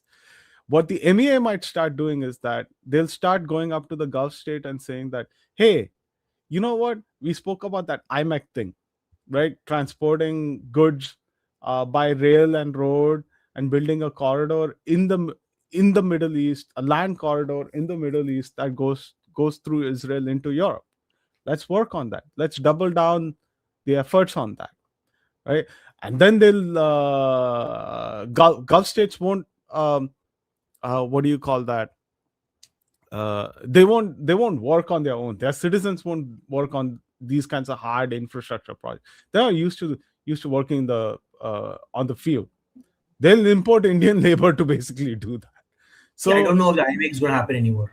and that it's definitely going to happen, right? IMEX a 25-year long project. It's not going to evaporate because of this war. No, No, I'm talking. but I I'm think looking at it's fundamental changes in the Middle Eastern no. sensitivities. I think Doesn't change them. no. What I mean is this the what Iran's doing would give it a certain sense of urgency and impetus. Now, uh, I don't think is 25 years away. It's more like 15 years away in my books. The UAE has already done some work. They have actually built a rail line to the Saudi border. Uh, the Bahrainis have done the same thing. Qataris have done the same thing. It's only and Jordanians have actually started the work on their side. It's only the Saudis that's basically needs to get on with it. And they've been slow. They want to That's the do it. biggest No, obstruction, no, biggest part of the entire corridor. right. They have been slow. I'm not saying they're disinterested. They've been slow, right? They've been slow in doing land surveys. They've actually started doing geotechnical surveys already, but they've been very slow about it because the prince, the current crown prince, prefers flashy projects over infrastructure. That's a difference of priority. It's not a difference of worldview or ideology. Now, what with this happening, and with Saudi oil is basically on the east side of Saudi Arabia. It's not on the west side, right? All their refining and all their production and extraction facilities are on the east side. So with that, not providing the revenue it does, the Saudi prince will probably revisit it and basically say, okay, maybe we need to double down on resilient infrastructure and ensure that our products can get out despite the Strait of Hormuz being blocked. So, Okay, let me ask so you a more fundamental question. And hmm, in this battle, or in this battle, it's battle, not a really war. In this battle, who's going to come out on top? US or Iran? see, if the regime survives, So right, that's what I'm asking you. Will it survive? Will the regime survive? right. So the only thing Iran needs to do is just survive. That So that's is my question. easy. Will they survive? That is easy. How will they survive? Based on what? What do they need to survive? I mean, they see, you can't bomb yourself out of a regime. Right? You can't engage a regime change by just bombing the heck out of it. Okay. The Americans have tried it for God knows how many other In, times, Viet, right? Yeah. in How long Vietnam, will they survive? in How Vietnam, long will Like the in regime Vietnam, starting from World War II, they forget tried about all, forget bomb. about the history. I No, don't want to go to history. My point is, how long will it survive? Will it survive 2 months, 3 months, 1 year, 2 years, 3 years? How long will it survive? it- this is why history is important. So they tried it with the Nazis in World War II, right? They tried bombing the Nazis for about 6 months in World War II. Nazis still survived for a year and a half, and they only survived. I mean, the Nazis were only defeated because the Soviet Union came and conquered Berlin, exactly. right? No, Nazis are They defeated did. because they were stupid and went against the Soviet Union. That's Hmm? basically stupidity. No, no, no. They were So against. when again, this is why history is important. When the Allied Air Force, primarily the Western Air Force, started bombing Germany, right? The Soviet Union was nowhere close to Germany. They were barely surviving Stalingrad, No, I get that. right? I know that. But again, Vietnam, the Nixon bombed the heck out of Cambodia, Laos, and North Vietnam. No, I get all of that. Can you, based on that information, tell me how long will the Iranian regime survive? I'm curious about that. Because next question is based on that only. I think it has quite a strong chance of survivability beyond 2 years or 3 years. So if it's going to survive beyond 2 or 3 years, then the Straits of Hormuz are going to be closed for the next 2 or 3 years, right? No, Yeah, how else will it survive? no. See, nobody is going to send troops into Iran to topple the regime. That's what you need. No, I'm asking you about the Straits of Hormuz. Like, if the regime survives, their only trump card right now is not nuclear weapons. It is the Straits of Hormuz, No, and they keep putting pressure on the Straits of no, Hormuz. you're mistaking this thing. Regime survival doesn't mean that they can hold the Straits of Hormuz. So what will they hold then?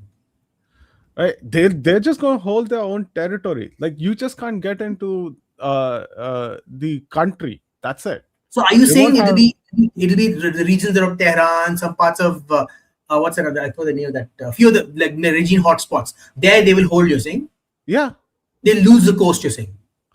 I don't think they lose their coast. They will lose their naval, the ability to basically conduct naval campaigns, the Okay. ability to conduct Do you think they'll be able to still do missile and drone attacks? occasionally. They would be. Okay. You see, what I think will happen is they'll be reduced to basically how the Houthis are today. They will occasionally launch missiles. They might conduct piracy operations, but that's about it.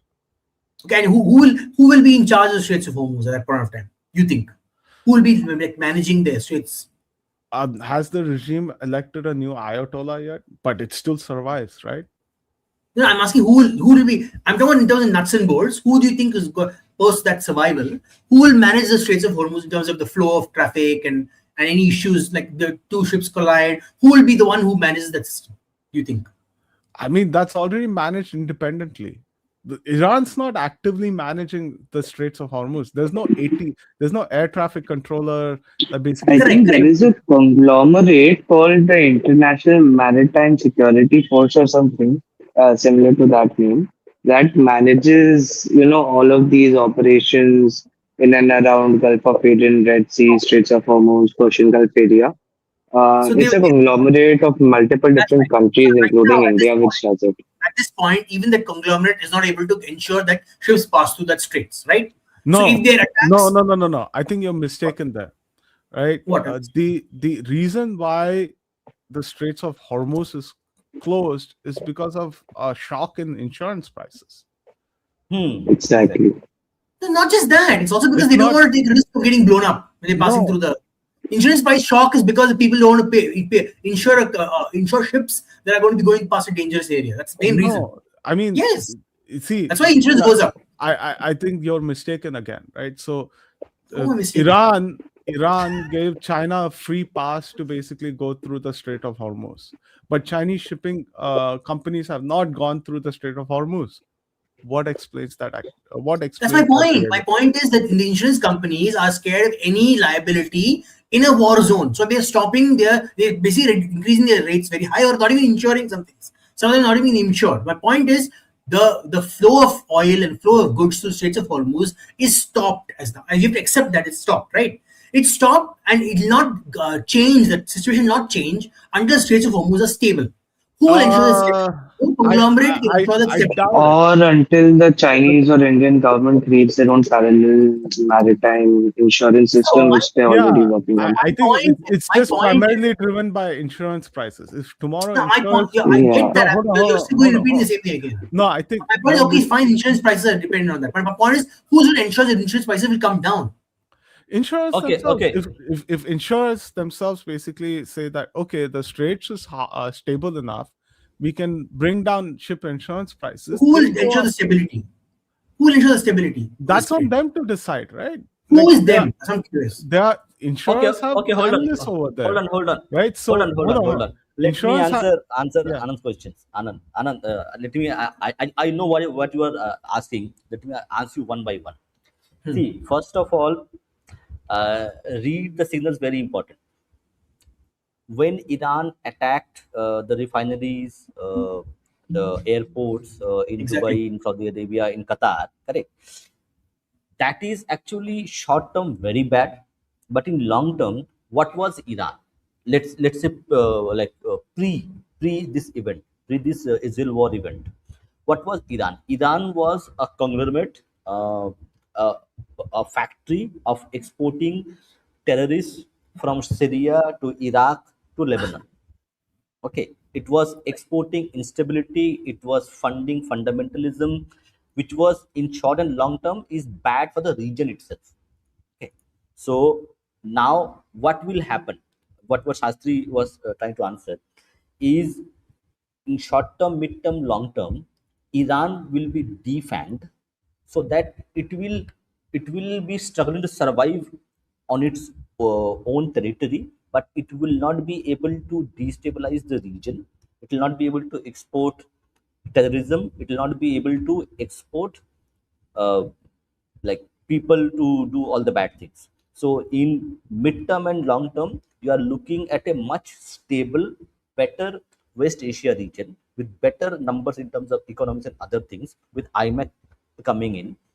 Yeah, in short term there will be an issue. And to answer your question about the Strait of Hormuz, so now everybody from Qatar to Saudi Arabia to UAE, correct? They know the importance of Strait of Hormuz. So they will find a solution to make sure that the Hormuz is, because correct, as you mentioned, the Strait of Hormuz is the gateway where they get their food.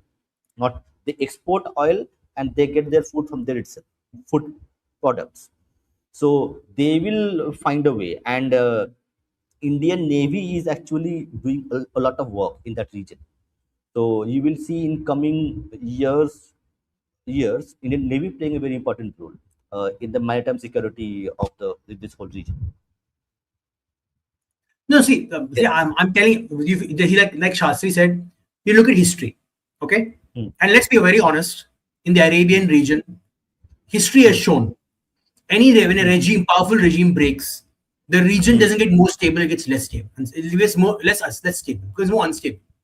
This is the truth. That's the state of the situation in that region, right? mm, Now, if you're going to say that tomorrow the Iranian regime is going to exist, but it's going to be significantly weakened, it is going to yes. lose control of a lot of. That's my question. The reason I was talking about what will happen to the Mm, coast. Will the control of the coast be significant, strong enough of the regime, either the regime or some other proxy of some other group? So, for example, if the Gulf states decide they're going to take the mm. other side of the coast, they're going to take it over, right? And they're going to fight a battle of attrition to maintain the stability of the Straits of Hormuz. Then that's something I can think about. Okay, that's that way. But how will they deal with it, right? Or we can say that maybe the Iranian regime is so weakened in the coast that while they exist as an entity, they can't actually project influence on the coast. Or third, that they exist as an entity, they control the coast, but they lose all their access to all of their what do you call it, long range weapons. They're just a I, militia that lives in the country. I'll All give three different, all I'll three have give different situations that create different outcomes for navigation of the straits. So my I'll question give is you based on I'll give you a fourth scenario as well, right?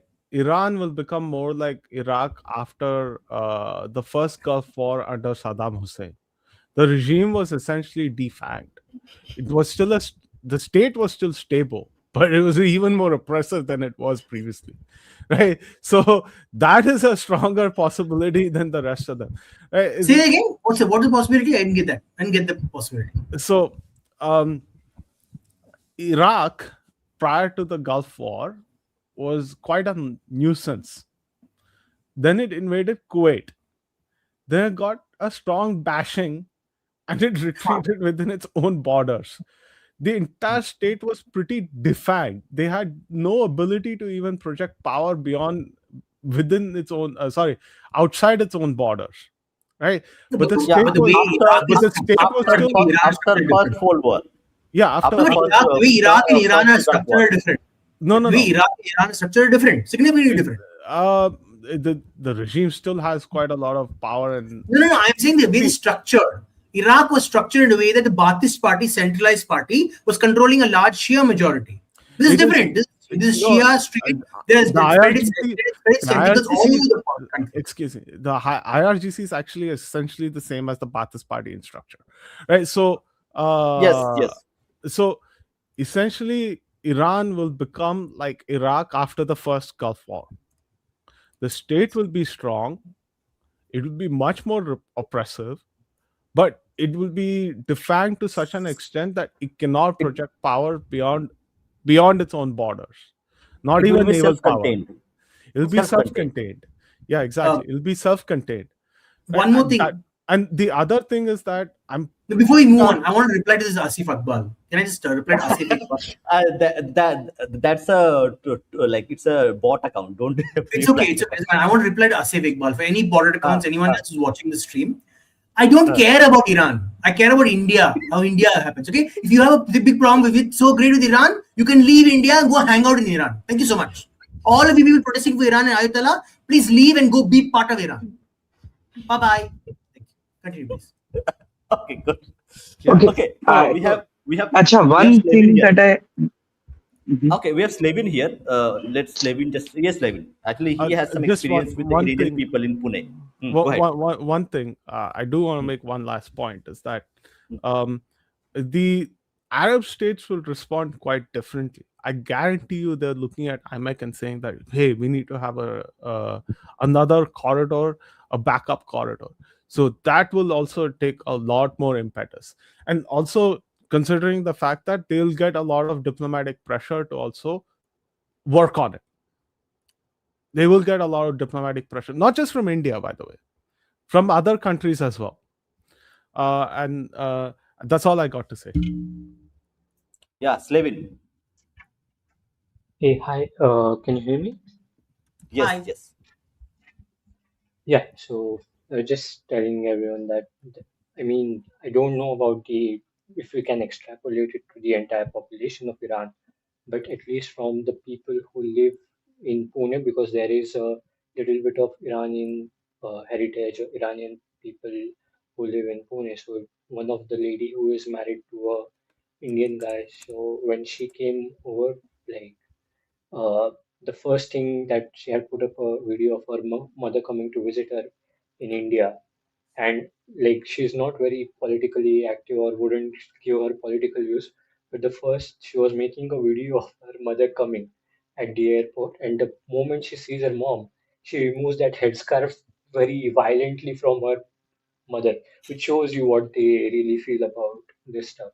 I had actually a question to ask to all of you regarding this news that was at least 1 or 2 years ago about India building its strategic oil reserves just for times like this. So, do you guys know anything about it and like what its impact might be? And if you have any updates or any, have you read Yeah, anything about it? yeah, That's my question. Bye bye. yeah.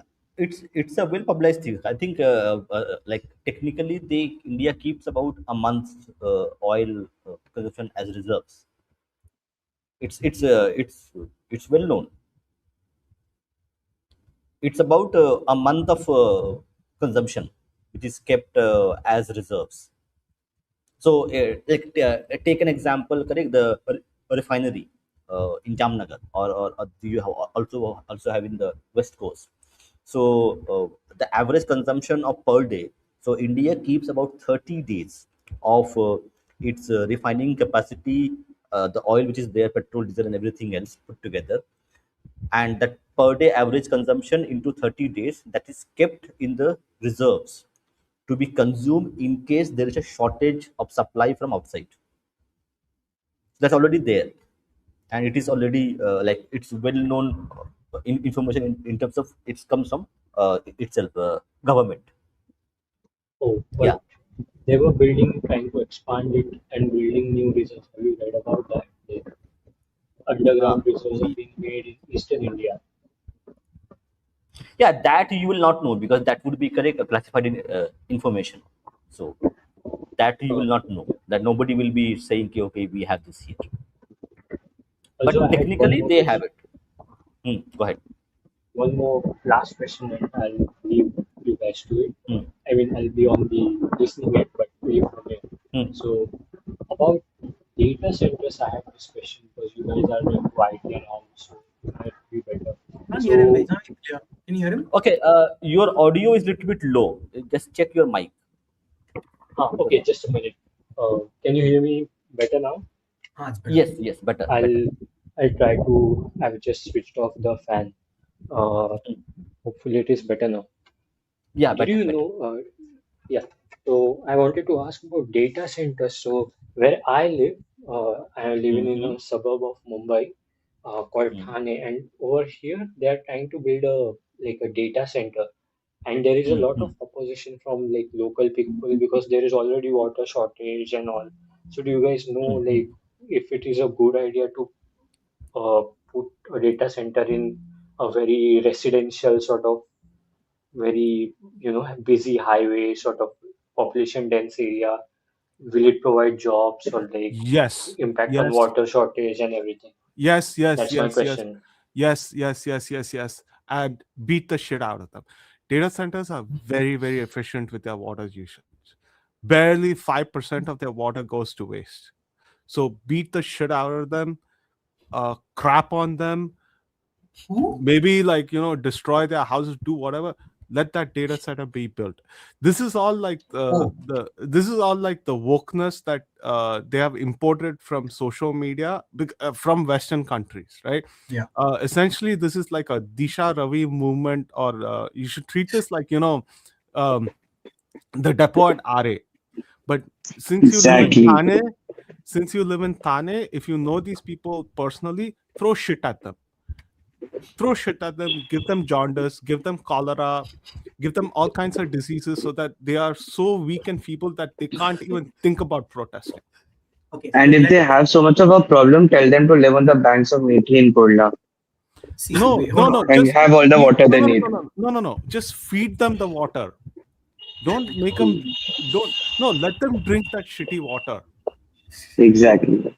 Okay, Let them drink it. And, can I give more constructive like okay. So the thing with data centers is, first of all, they take a lot. I agree, they take a lot of power, they take a lot of water. But you need to create you need like create the power, right? So if you want to create the power, there are multiple types of power methods. there is you can't do solar in that region. I'm guessing it's not a lot of flat land. You can't do maybe you can do a coal-fired plant maybe. So maybe a coal-fired plant will come up. You need people to run the coal-fired plant, so it creates jobs, right? They need people to transport the coal to the coal-fired plants. You need jobs. You need people to feed those people who transport the coal. You need people feed the people who work in the plant. You need people who will provide rest and relaxation for people who are going to work in that plant. Any job, this is the problem with a lot of the opposition in India. They don't seem to understand. Even if there are 100 jobs created by one plant, they don't just create 100 jobs. They create 100 times, certain like 3 or 4 times, because each person requires servicing from other people. And each person who has productive money has money to spend on other things, other goods. And the minute you can spend on other goods, other people are employed, gainfully employed, and it improves basically how does the economy work. Second thing, with water. Think about, okay, there's a problem with water. You can use wastewater. You can have a sewage treatment plant that cleans the water and provides clean water to the plant, to the data center. That creates jobs, right? Then whatever effluent that comes out of that plant needs to be cleaned again before it goes in the water. That creates more jobs. Like if you only care about I'm an environmentalist. That's why I get upset with Shastri saying environmentalist. I'm an environmentalist. I believe in the environment needs to be protected. Okay. But there's a positive form of environmentalism. This is a stupidity. I'm sorry, they're stupid people. They're like, I don't want anything in my area. This is a goop people, right? Don't use pharmaceuticals. Use the leaf on the side of the road and wipe your wound with it. It is more positive to the world. Like that, these are those people, idiots, like unscientific people, right? So there's always a solution, a scientific solution to such problems. You don't stop your growth just because you're worried about the environment. There are solutions to every single environmental problem we face in our cities. Anand, I think we are ignoring a very root problem. Problem is still the Indian state. So we, in our genes, in our genetics, correct, we have this thinking that you cannot trust the babu, you cannot trust the politician, you cannot trust the state to do something good for you. So the common masses of Bharat, of this region, including Nepal, Pakistan, Bangladesh, India, okay, this region for last 200 years, approximately 200 years, are fighting the state to protect its own rights. So like wherever there is something happening, correct, whether it's a plant or something is happening, there's always going to be this problem, because fundamentally the masses do not trust the state function. That includes No, I politicians, I disagree with you. I disagree with you. I completely. It's the opposite. Okay. The masses trust the state too much. They don't trust their wealth creators. They don't trust their own citizens. That's a problem. They don't trust other citizens to provide solutions to their system. They're like, oh, I have a problem. I will not work with my community. I'll say this Babu must fix my problem. That is the problem with our country. They are so feudal in our idea that the king or the higher level official will do the solution for us. And the minute the higher level official does some solution, then the distrust comes in. Because why? Because you're like, oh, I have my own political bias. Everyone's choosing a political side. That's the problem. We are feudal. We are feudal in our identity. We're like, oh, I have chosen this side. The other side is my enemy. I don't care what they say. Whether they give a logical answer or not a logical answer, man, I will not agree with you. That's exactly what's happening in India. It's not because they don't trust the state. They trust the state too much. The problem is they trust the state too much to fix their problems. They don't take the action themselves. That is the problem we have in our country. I'm sorry, I disagree with you on this. We trust the Babu too much. For example, you're like, oh, take control of our temples. If you really didn't trust the state, you like, get out of my temple. Why the hell are you in my temple? I don't need you to manage religious affairs. If there's someone doing some nonsense, nefarious stuff, I will step up and look after the temple. Why are you in the temple for no reason? If there's some person stealing from the temple, I will keep my eyes open. I care about my devta, right? Are you saying I don't care about a devta? That's a question you should be asking. Not like, oh, no, corruption will happen. You should be like, my devta, I care about my devta, I care about his temple. Why are you coming telling me how I should look after my temple? If he's stealing, I'll kick his ass. Why are you coming in the middle? That is when the problem is we want to, I just want to go to the temple. I want to just do prayer and come back. I care two hoots about whether the temple survives or not. until I realized, oh shit, the temple is closing down because they can't pay for maintenance. So we must understand this is the problem with the Indian state. We are feudal in our identity. And Nehru enjoyed this. Why did he create a nanny state? Because he's like, they're feudal. Let me take advantage of it. Like they want everything me to fix it. I'll be your nanny. I'll be your mummy. I'll give you dudu. I'll give you your mali. Everything. That is the problem with our country. Same thing with this data center issue. Why are they so afraid? They're like, oh, this private company run by citizens will take over will destroy our life. Hey, Babu, save us. Get rid of this private company. Use the state to kick them out. That is what's happening. We don't trust our fellow citizens to do anything proper, anything constructive. Yeah, That is the Rishabh, issue. To be you fair, have. it is That's not what we need to the. fundamentally change. To be fair, it is not Okay. your fellow citizen. It is, I think, Amazon data center or something like that. So It is it's the not Amazon data center is not exactly. going to be run by Jeff Bezos. Jeff Bezos is not going to sit here and build the data center. He's gonna use certain citizens in India to run the data center. Right? He's not going to be like just अरे some random. Slevin, see, 100 बातों की एक बात. Whoever has this problem now, just tell them, boss, if you don't let them build in Thane, they'll go to Kalyan Dombivli, they'll go to Navi Ah, Mumbai, they'll go to CBD Velapur. Your property prices will fall. Everyone will get back in line. This is a very Mumbaikar way of handling this issue. कुछ नहीं होना है. It's fine. I mean, it's not like anything is not Uh, going to happen. Like Amazon, I think no, no, paid 1,800 crores for the land. And that's not a small Yeah. amount. no, 1,800 no, no. crores for Actually, that land. wait, They Tata are could not actually, Tata going could anywhere. get out of Bengal, then this can wait, happen. wait, wait. Just starts Wait, too wait. much. See, one more thing. I think these decisions are created by actually many politicians and also people who own land. So if there is a dispute, they will get more money than they are already getting. So it's also a Yes, tactic by people to exactly. get more money. We fall Yeah. for this See, shit. You know which we see. scared of? The bloody politician. Always any a politician tells you be aware because our politicians are not politicians. Our politicians are based gundas who just have the aura Hmm. of respectability. Okay, a true politician is actually based on policy. He can discuss policy any minute. You could talk to him like, oh, I know what the challenges of the area are. Anand, you need to go one level deeper. The Indian politician is not a gunda. The Indian politician is a businessman in the guise of a gunda, in the guise of a politician. Exactly, exactly. Couldn't agree more. I'll tell you one more tidbit. So we have a metro line being constructed, and it's like 95%, 96% done. Only Hmm. one sort of one section between two pillars is remaining. Okay, since 3 4 years they are not doing anything.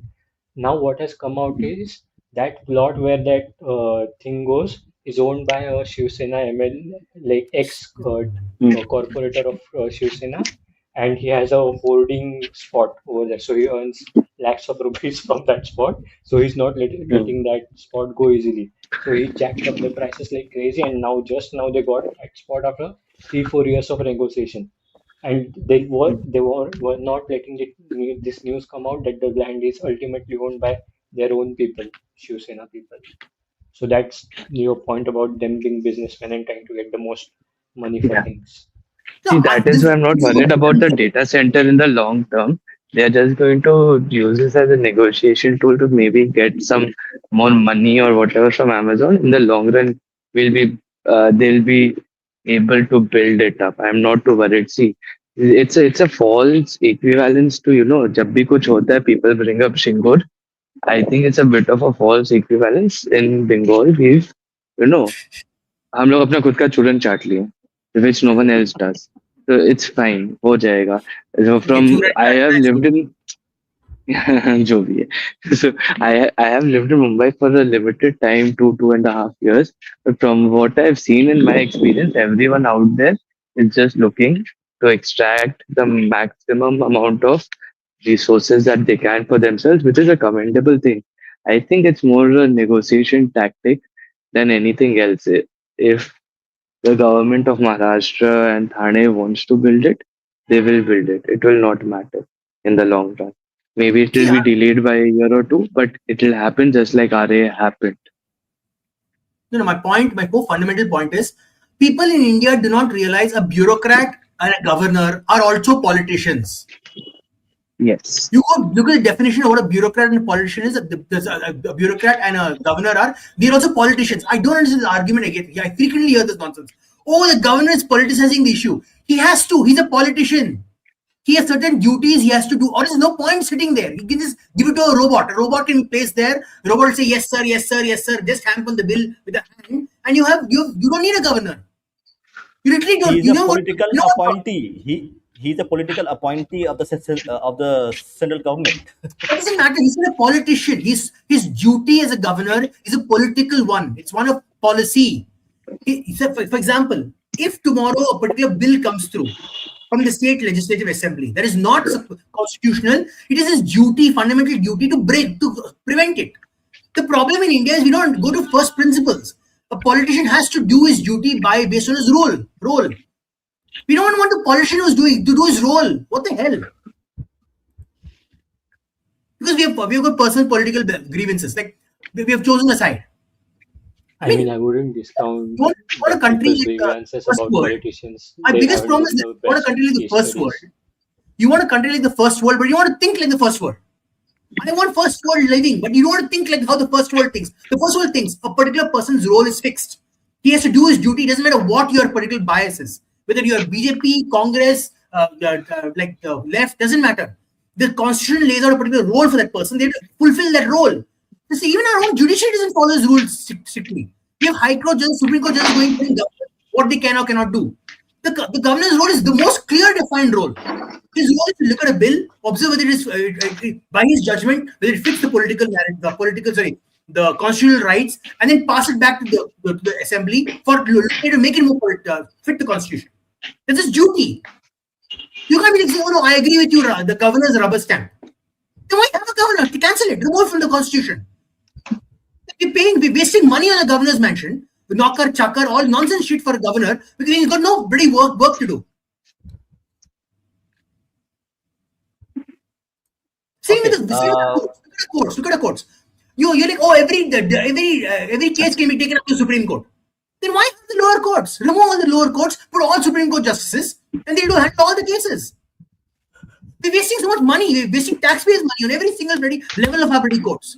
When nothing stands, no judgment can stand permanently. yes, we need a revolution. Let's I'm import some revolution from Iran. I'm sick of this argument, regular argument. And the worst part is our media, our journalists are bloody illiterate little idiots. They just pick They are very smart. the latest, They are very they pick smart. the latest headline, this debate a headline like some robots. That's it. They are Acha. paid to do that These are thing. all They are like paid. different 5 hour discussions on their own. I think let's go get back to topic. Honestly, Okay. I feel your pain, Anand, but no point discussing this. Everyone knows what the We problem got to is. be visual. Everyone We got knows how to what the solution is, but everyone knows people in power don't have any Shastri, incentive I've to work always on been a it. radical capitalist. I've always been a radical capitalist. It's Hmm. just you Thank guys you do not guys. realize it. I don't know why. Bye bye. My biggest problem with RSS is that it's so socialist. I wish it was more capitalist like me, and I would like RSS come let me hug you together. Like I would have literally done that. But it's like, what to do? RSS is running grocery stores in Kerala.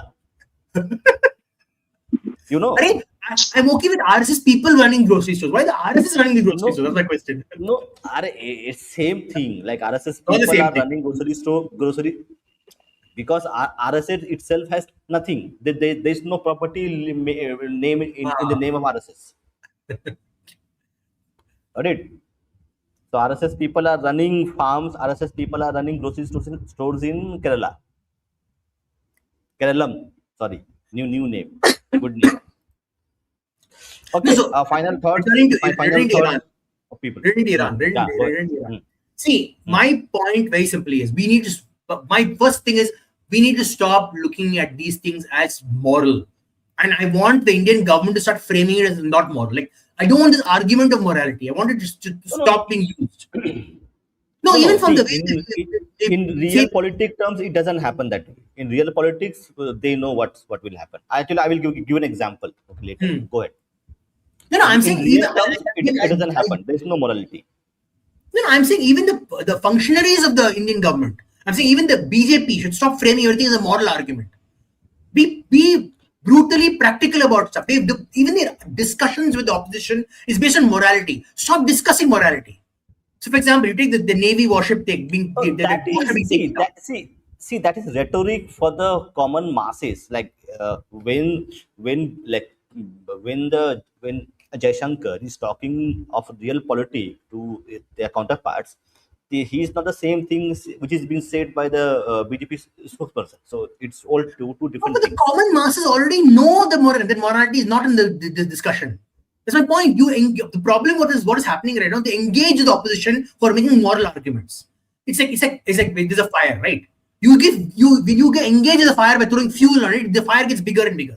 My point is throw sand on it, or don't even look at the fire. Don't feed it anything. Yeah, your strategy is so it's like built on confrontation with the opposition only.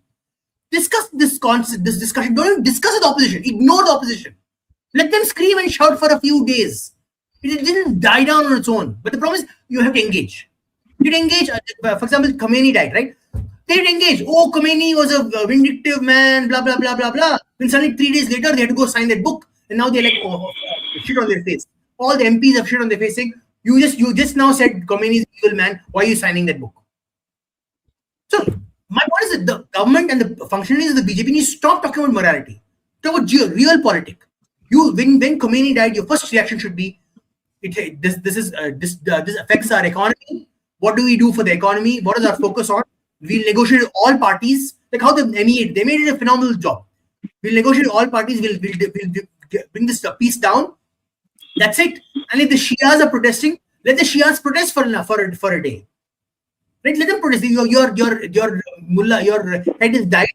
But beyond that, I'm sorry. If you're an Indian citizen, you can cry about your head for a while, but you're back to work. Back to work for this country. This country is your duty to this country. That's what the narrative should be out. It's like, for example, if some guru in India dies, you're like, no, I will protest all day. No, you're like, Asaram Bapu went to jail. Can they burn the whole country down because Asaram Bapu went to jail? No, right? You go back to working. Go back to work for the country. That should be the stance. This Indian government stance should be that. And if you have a problem with the Iranian war, we will give you one-way ticket to Iran. All of you people who are so worried about it. Are Anand, what you are saying? We have here master stroke from Amit Shah. What you are saying? I don't know what the let me let me show you something. It's very interesting. Here it is. Correct. It is. We are spreading our uh, uh, wings across across Indian subcontinent. Yeah, Rishabh. Final words to you. I don't know what is the master stroke. I'm Uh, confused. This I, guy is from ABBP. The guy who ABP. won. Don't get me started on the ABVP. Don't talk Are about ABVP. some one person from Nepal has some connection with ABVP and RSS. One person who won an election in One Nepal. person, One Telangana person. chief minister, has the connections to ABVP. Telangana chief Yeah, minister. exactly. It shows you what ABVP creates. It's a massa stroke, Okay. so people are enjoying this. Go ahead. Nonsense. Uh, okay. See, my thoughts are you have. I disagree with Anand a little bit. You have to engage in rhetoric. I agree with Anand on the fact that who do you engage with on that rhetoric? Engage the world with that rhetoric. Now, when you're talking to other foreign ministers, people from foreign countries, you can't just say, oh, we don't care, Iran is being bombed and the leadership died. Because you have to keep working with the Iranians. Later, we don't want them to have a reason to not work with us, rhetorical or otherwise. I agree with Anand. Why are you engaging the opposition? Who gives a shit about the Indian opposition really today? They are irrelevant, useless people. Does not matter. I totally agree. Why are you doing all of that? Just say, we are sorry, whatever in your fancy word. So sorry that he died. Really tragic affair. No need to condemn the US and then forget about him. Khatam, he's dead. Over. Beyond that, we don't need to do anything. Was no friend of India. And then keep doing what you need to do. But thoda, fine. I forgive rhetoric, but you have to direct it properly. Why are you directing it? Directing foreign rhetoric, diplomatics to conversations internally. That is just a hit and a miss, a stupid thing that the BJP is doing. Uh, and yeah, loudmouth BJP MPs, MLAs have always been a problem point of the BJP. Uh, let's not even get into that. In terms of what No, no, India needs to do, loudmouth BJP MPs with intellect, right? Loudmouth BJP MPs who got a tweet from the IT cell and just repeated it is different. You know? BJP doesn't elect people with it, or doesn't select people with intellect. No, I know. If it did, it would have been a very different thing. But anyways, coming back to Iran and West Asia, um, see, very simple thing. We need to keep our heads down, and we need to let what will happen. Being very realistic, we we don't have too much of a say in what is happening over there, nor should we do that, because if we try to start influencing things over there, the US will be like, okay, if you want me to do this, then give me some concessions. Maybe okay, if you want me to stop, uh, uh, maybe if you want me to, I have these concerns about my security in this region.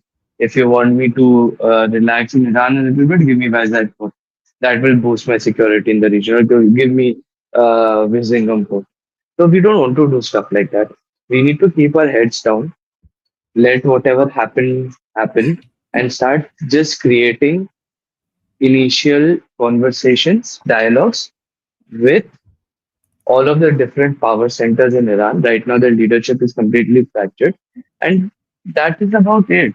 Every when it comes to Indian trade, Indian investments in the region, that will not be affected long term. Maybe there will be damage. The damage can always be repaired. We just need to make sure we are engaged in a very quiet way without making any demands at the moment. Let the two if you're walking down the road and you're seeing two dogs with rabies fighting each other, good, let them fight each other so that they don't fight you, so that they don't run after you to bite you. Let it happen. I mean, we need to also, not see the one point that I need to make in general. The more relevant you start becoming in the world now, the more everyone has an opinion about you. If an Yes. American president sneezes now, everyone from bloody Vancouver to Tokyo has an opinion about it. Do you see an American caring? Okay, it's very new to us. I will give Indians a long group on this because it is very new to us, and we have a history where reporting about India has been so bloody unfair that people are very sensitive and touchy about it. This is a muscle that we will have to build, and we are building it.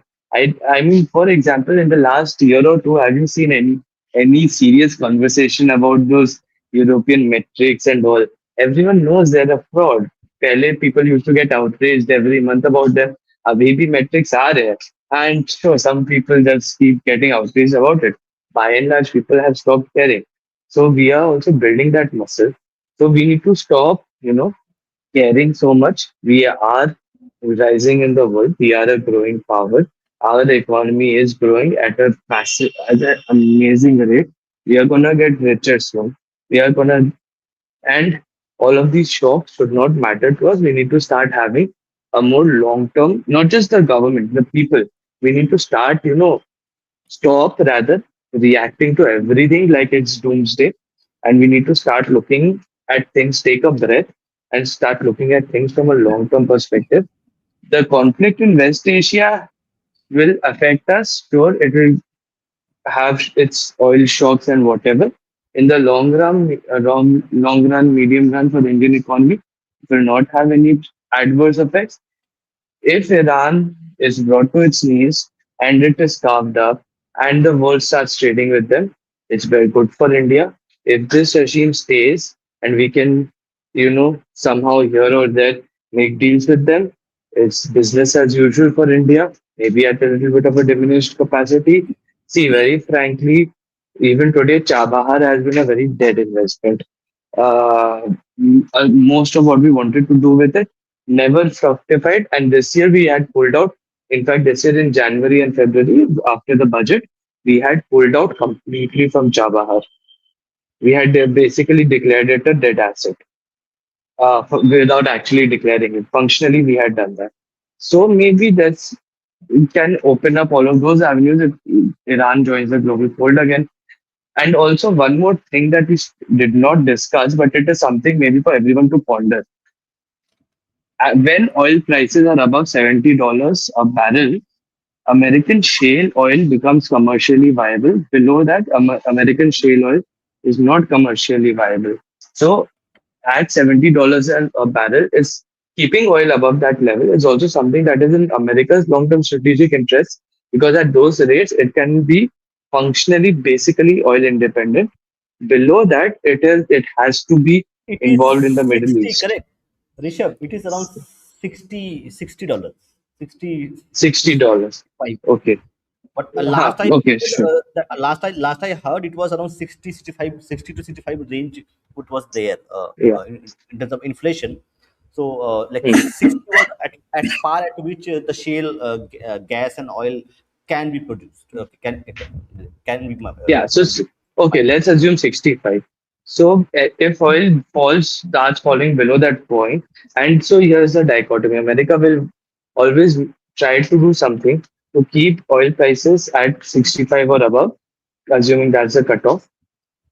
The Gulf countries will always try to keep oil prices below that. So as a result, 60 to 65 to $70 में fluctuation होता रहेगा. But the moment it crosses like 75, $80 a barrel, it becomes a problem for everyone because it starts affecting their macroeconomics. So let leave it to uh, the wanted superpowers of this world. हम तो बुद्ध के देश है, हमें कुछ करने का जरूरत नहीं है. We can keep our heads down, make money on the side, and chill. No need for any panic on this. No, Okay. They will figure out. my focus is that less about whether we should uh, like wade into the political consequence. My point is make money while the sun, rig hay while the sun shines, Yeah, and our strategy should be exactly. like take advantage of these people as much as possible. No friend, Hmm. trust them, treat them as not friends. Just don't need to virtue signal. I know you're saying that you need to virtue signal a little bit to the. There's no need. They are down in the dumps. Virtue signaling is not required. Just give them economic help. Use the Yeah. different parts of it. What Like how Afghanistan. Anand, Anand, We need to virtue signal. Let me finish. We need to virtue signal to Afghanistan, saying, "Oh, you guys are great protectors of women's rights." We need to say that to them. We need to say any of that stuff. We just need to say, "We will help you build your projects. We will provide you with infrastructure. We provide you with food, with money for that investment." They are nice friends with us. We don't need to agree with them in terms of the moral framework. But that's my point. There's no need to virtue signal to Iran. Just say this is what we want. We don't Sure. want to work with you. That's it.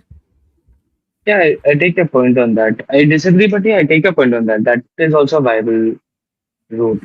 Yeah, That's why we we can got do that. the We can take the Afghanistan approach. Yeah. why do we the Navy shade into Kochi? Because you want to like tell the Iranians, don't worry, we're not your enemies in terms of military. Just don't worry, Mm. just give us the concessions. see, Anand, to just finish the point and we'll end this stream for today. See, what you need, what you need is hard power like America.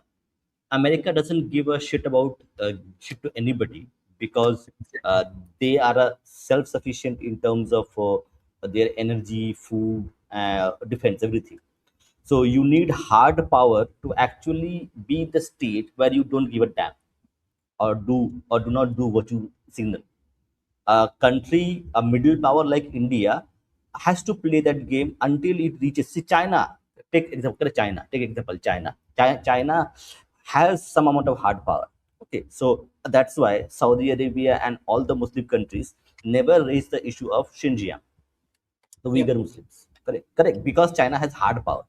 So India is not in that stage where it has the hard power to actually do those kind of things. So that's why India does those things, because it's a middle Also, power. one thing we never discussed, one very interesting thing we never discussed, maybe someday we can discuss it.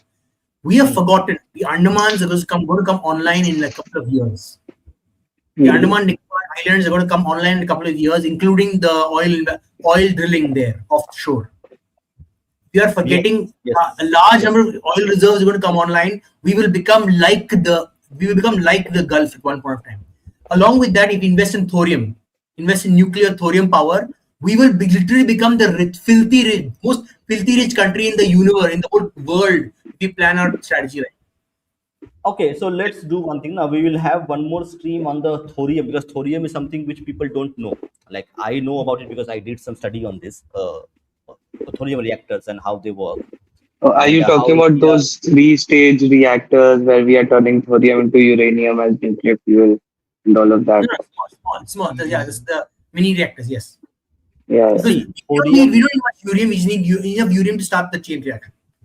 Just a little bit. Mm. See, yeah. So thorium reactor technology is working for almost now 40 years. We are working on this because in long term, thorium reactors are going to like, they are less in terms of pollution, safety. All those things are much more taken care of. It's not as volatile as uranium.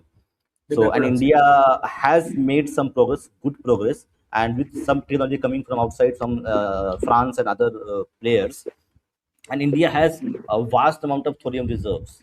Okay. Yep. So, I think let's discuss our next stream. We'll have Anand, and also we'll have Rishabh as well. We'll publish it. So we'll discuss the oil and gas in Andaman Sea, All and energy, also just the, energy security of India. yeah, energy security in India. So we'll do that thing. That will be very Dada, can I recommend one thing over here? Maybe bolo. something more Yes, yes. like the economics of extractive industries. Because that way we can also talk about farming and mining in addition to, you know, natural gas and energy.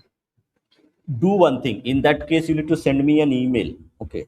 You have the in our channel. You have, correct, the No, our I email think I ID. separate them into two sections. I don't think you should do it together because while they overlap a little bit, they will confuse the audience of what is the.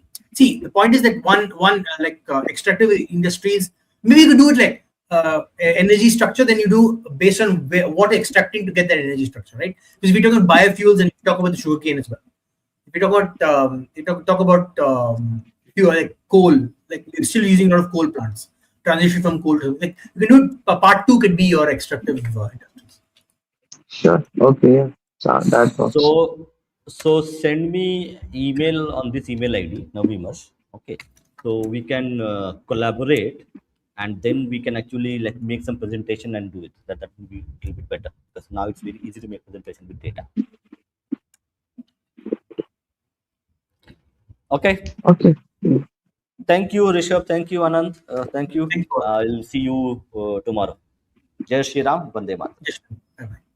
Yeah, Shiran. Thanks everyone. Good night.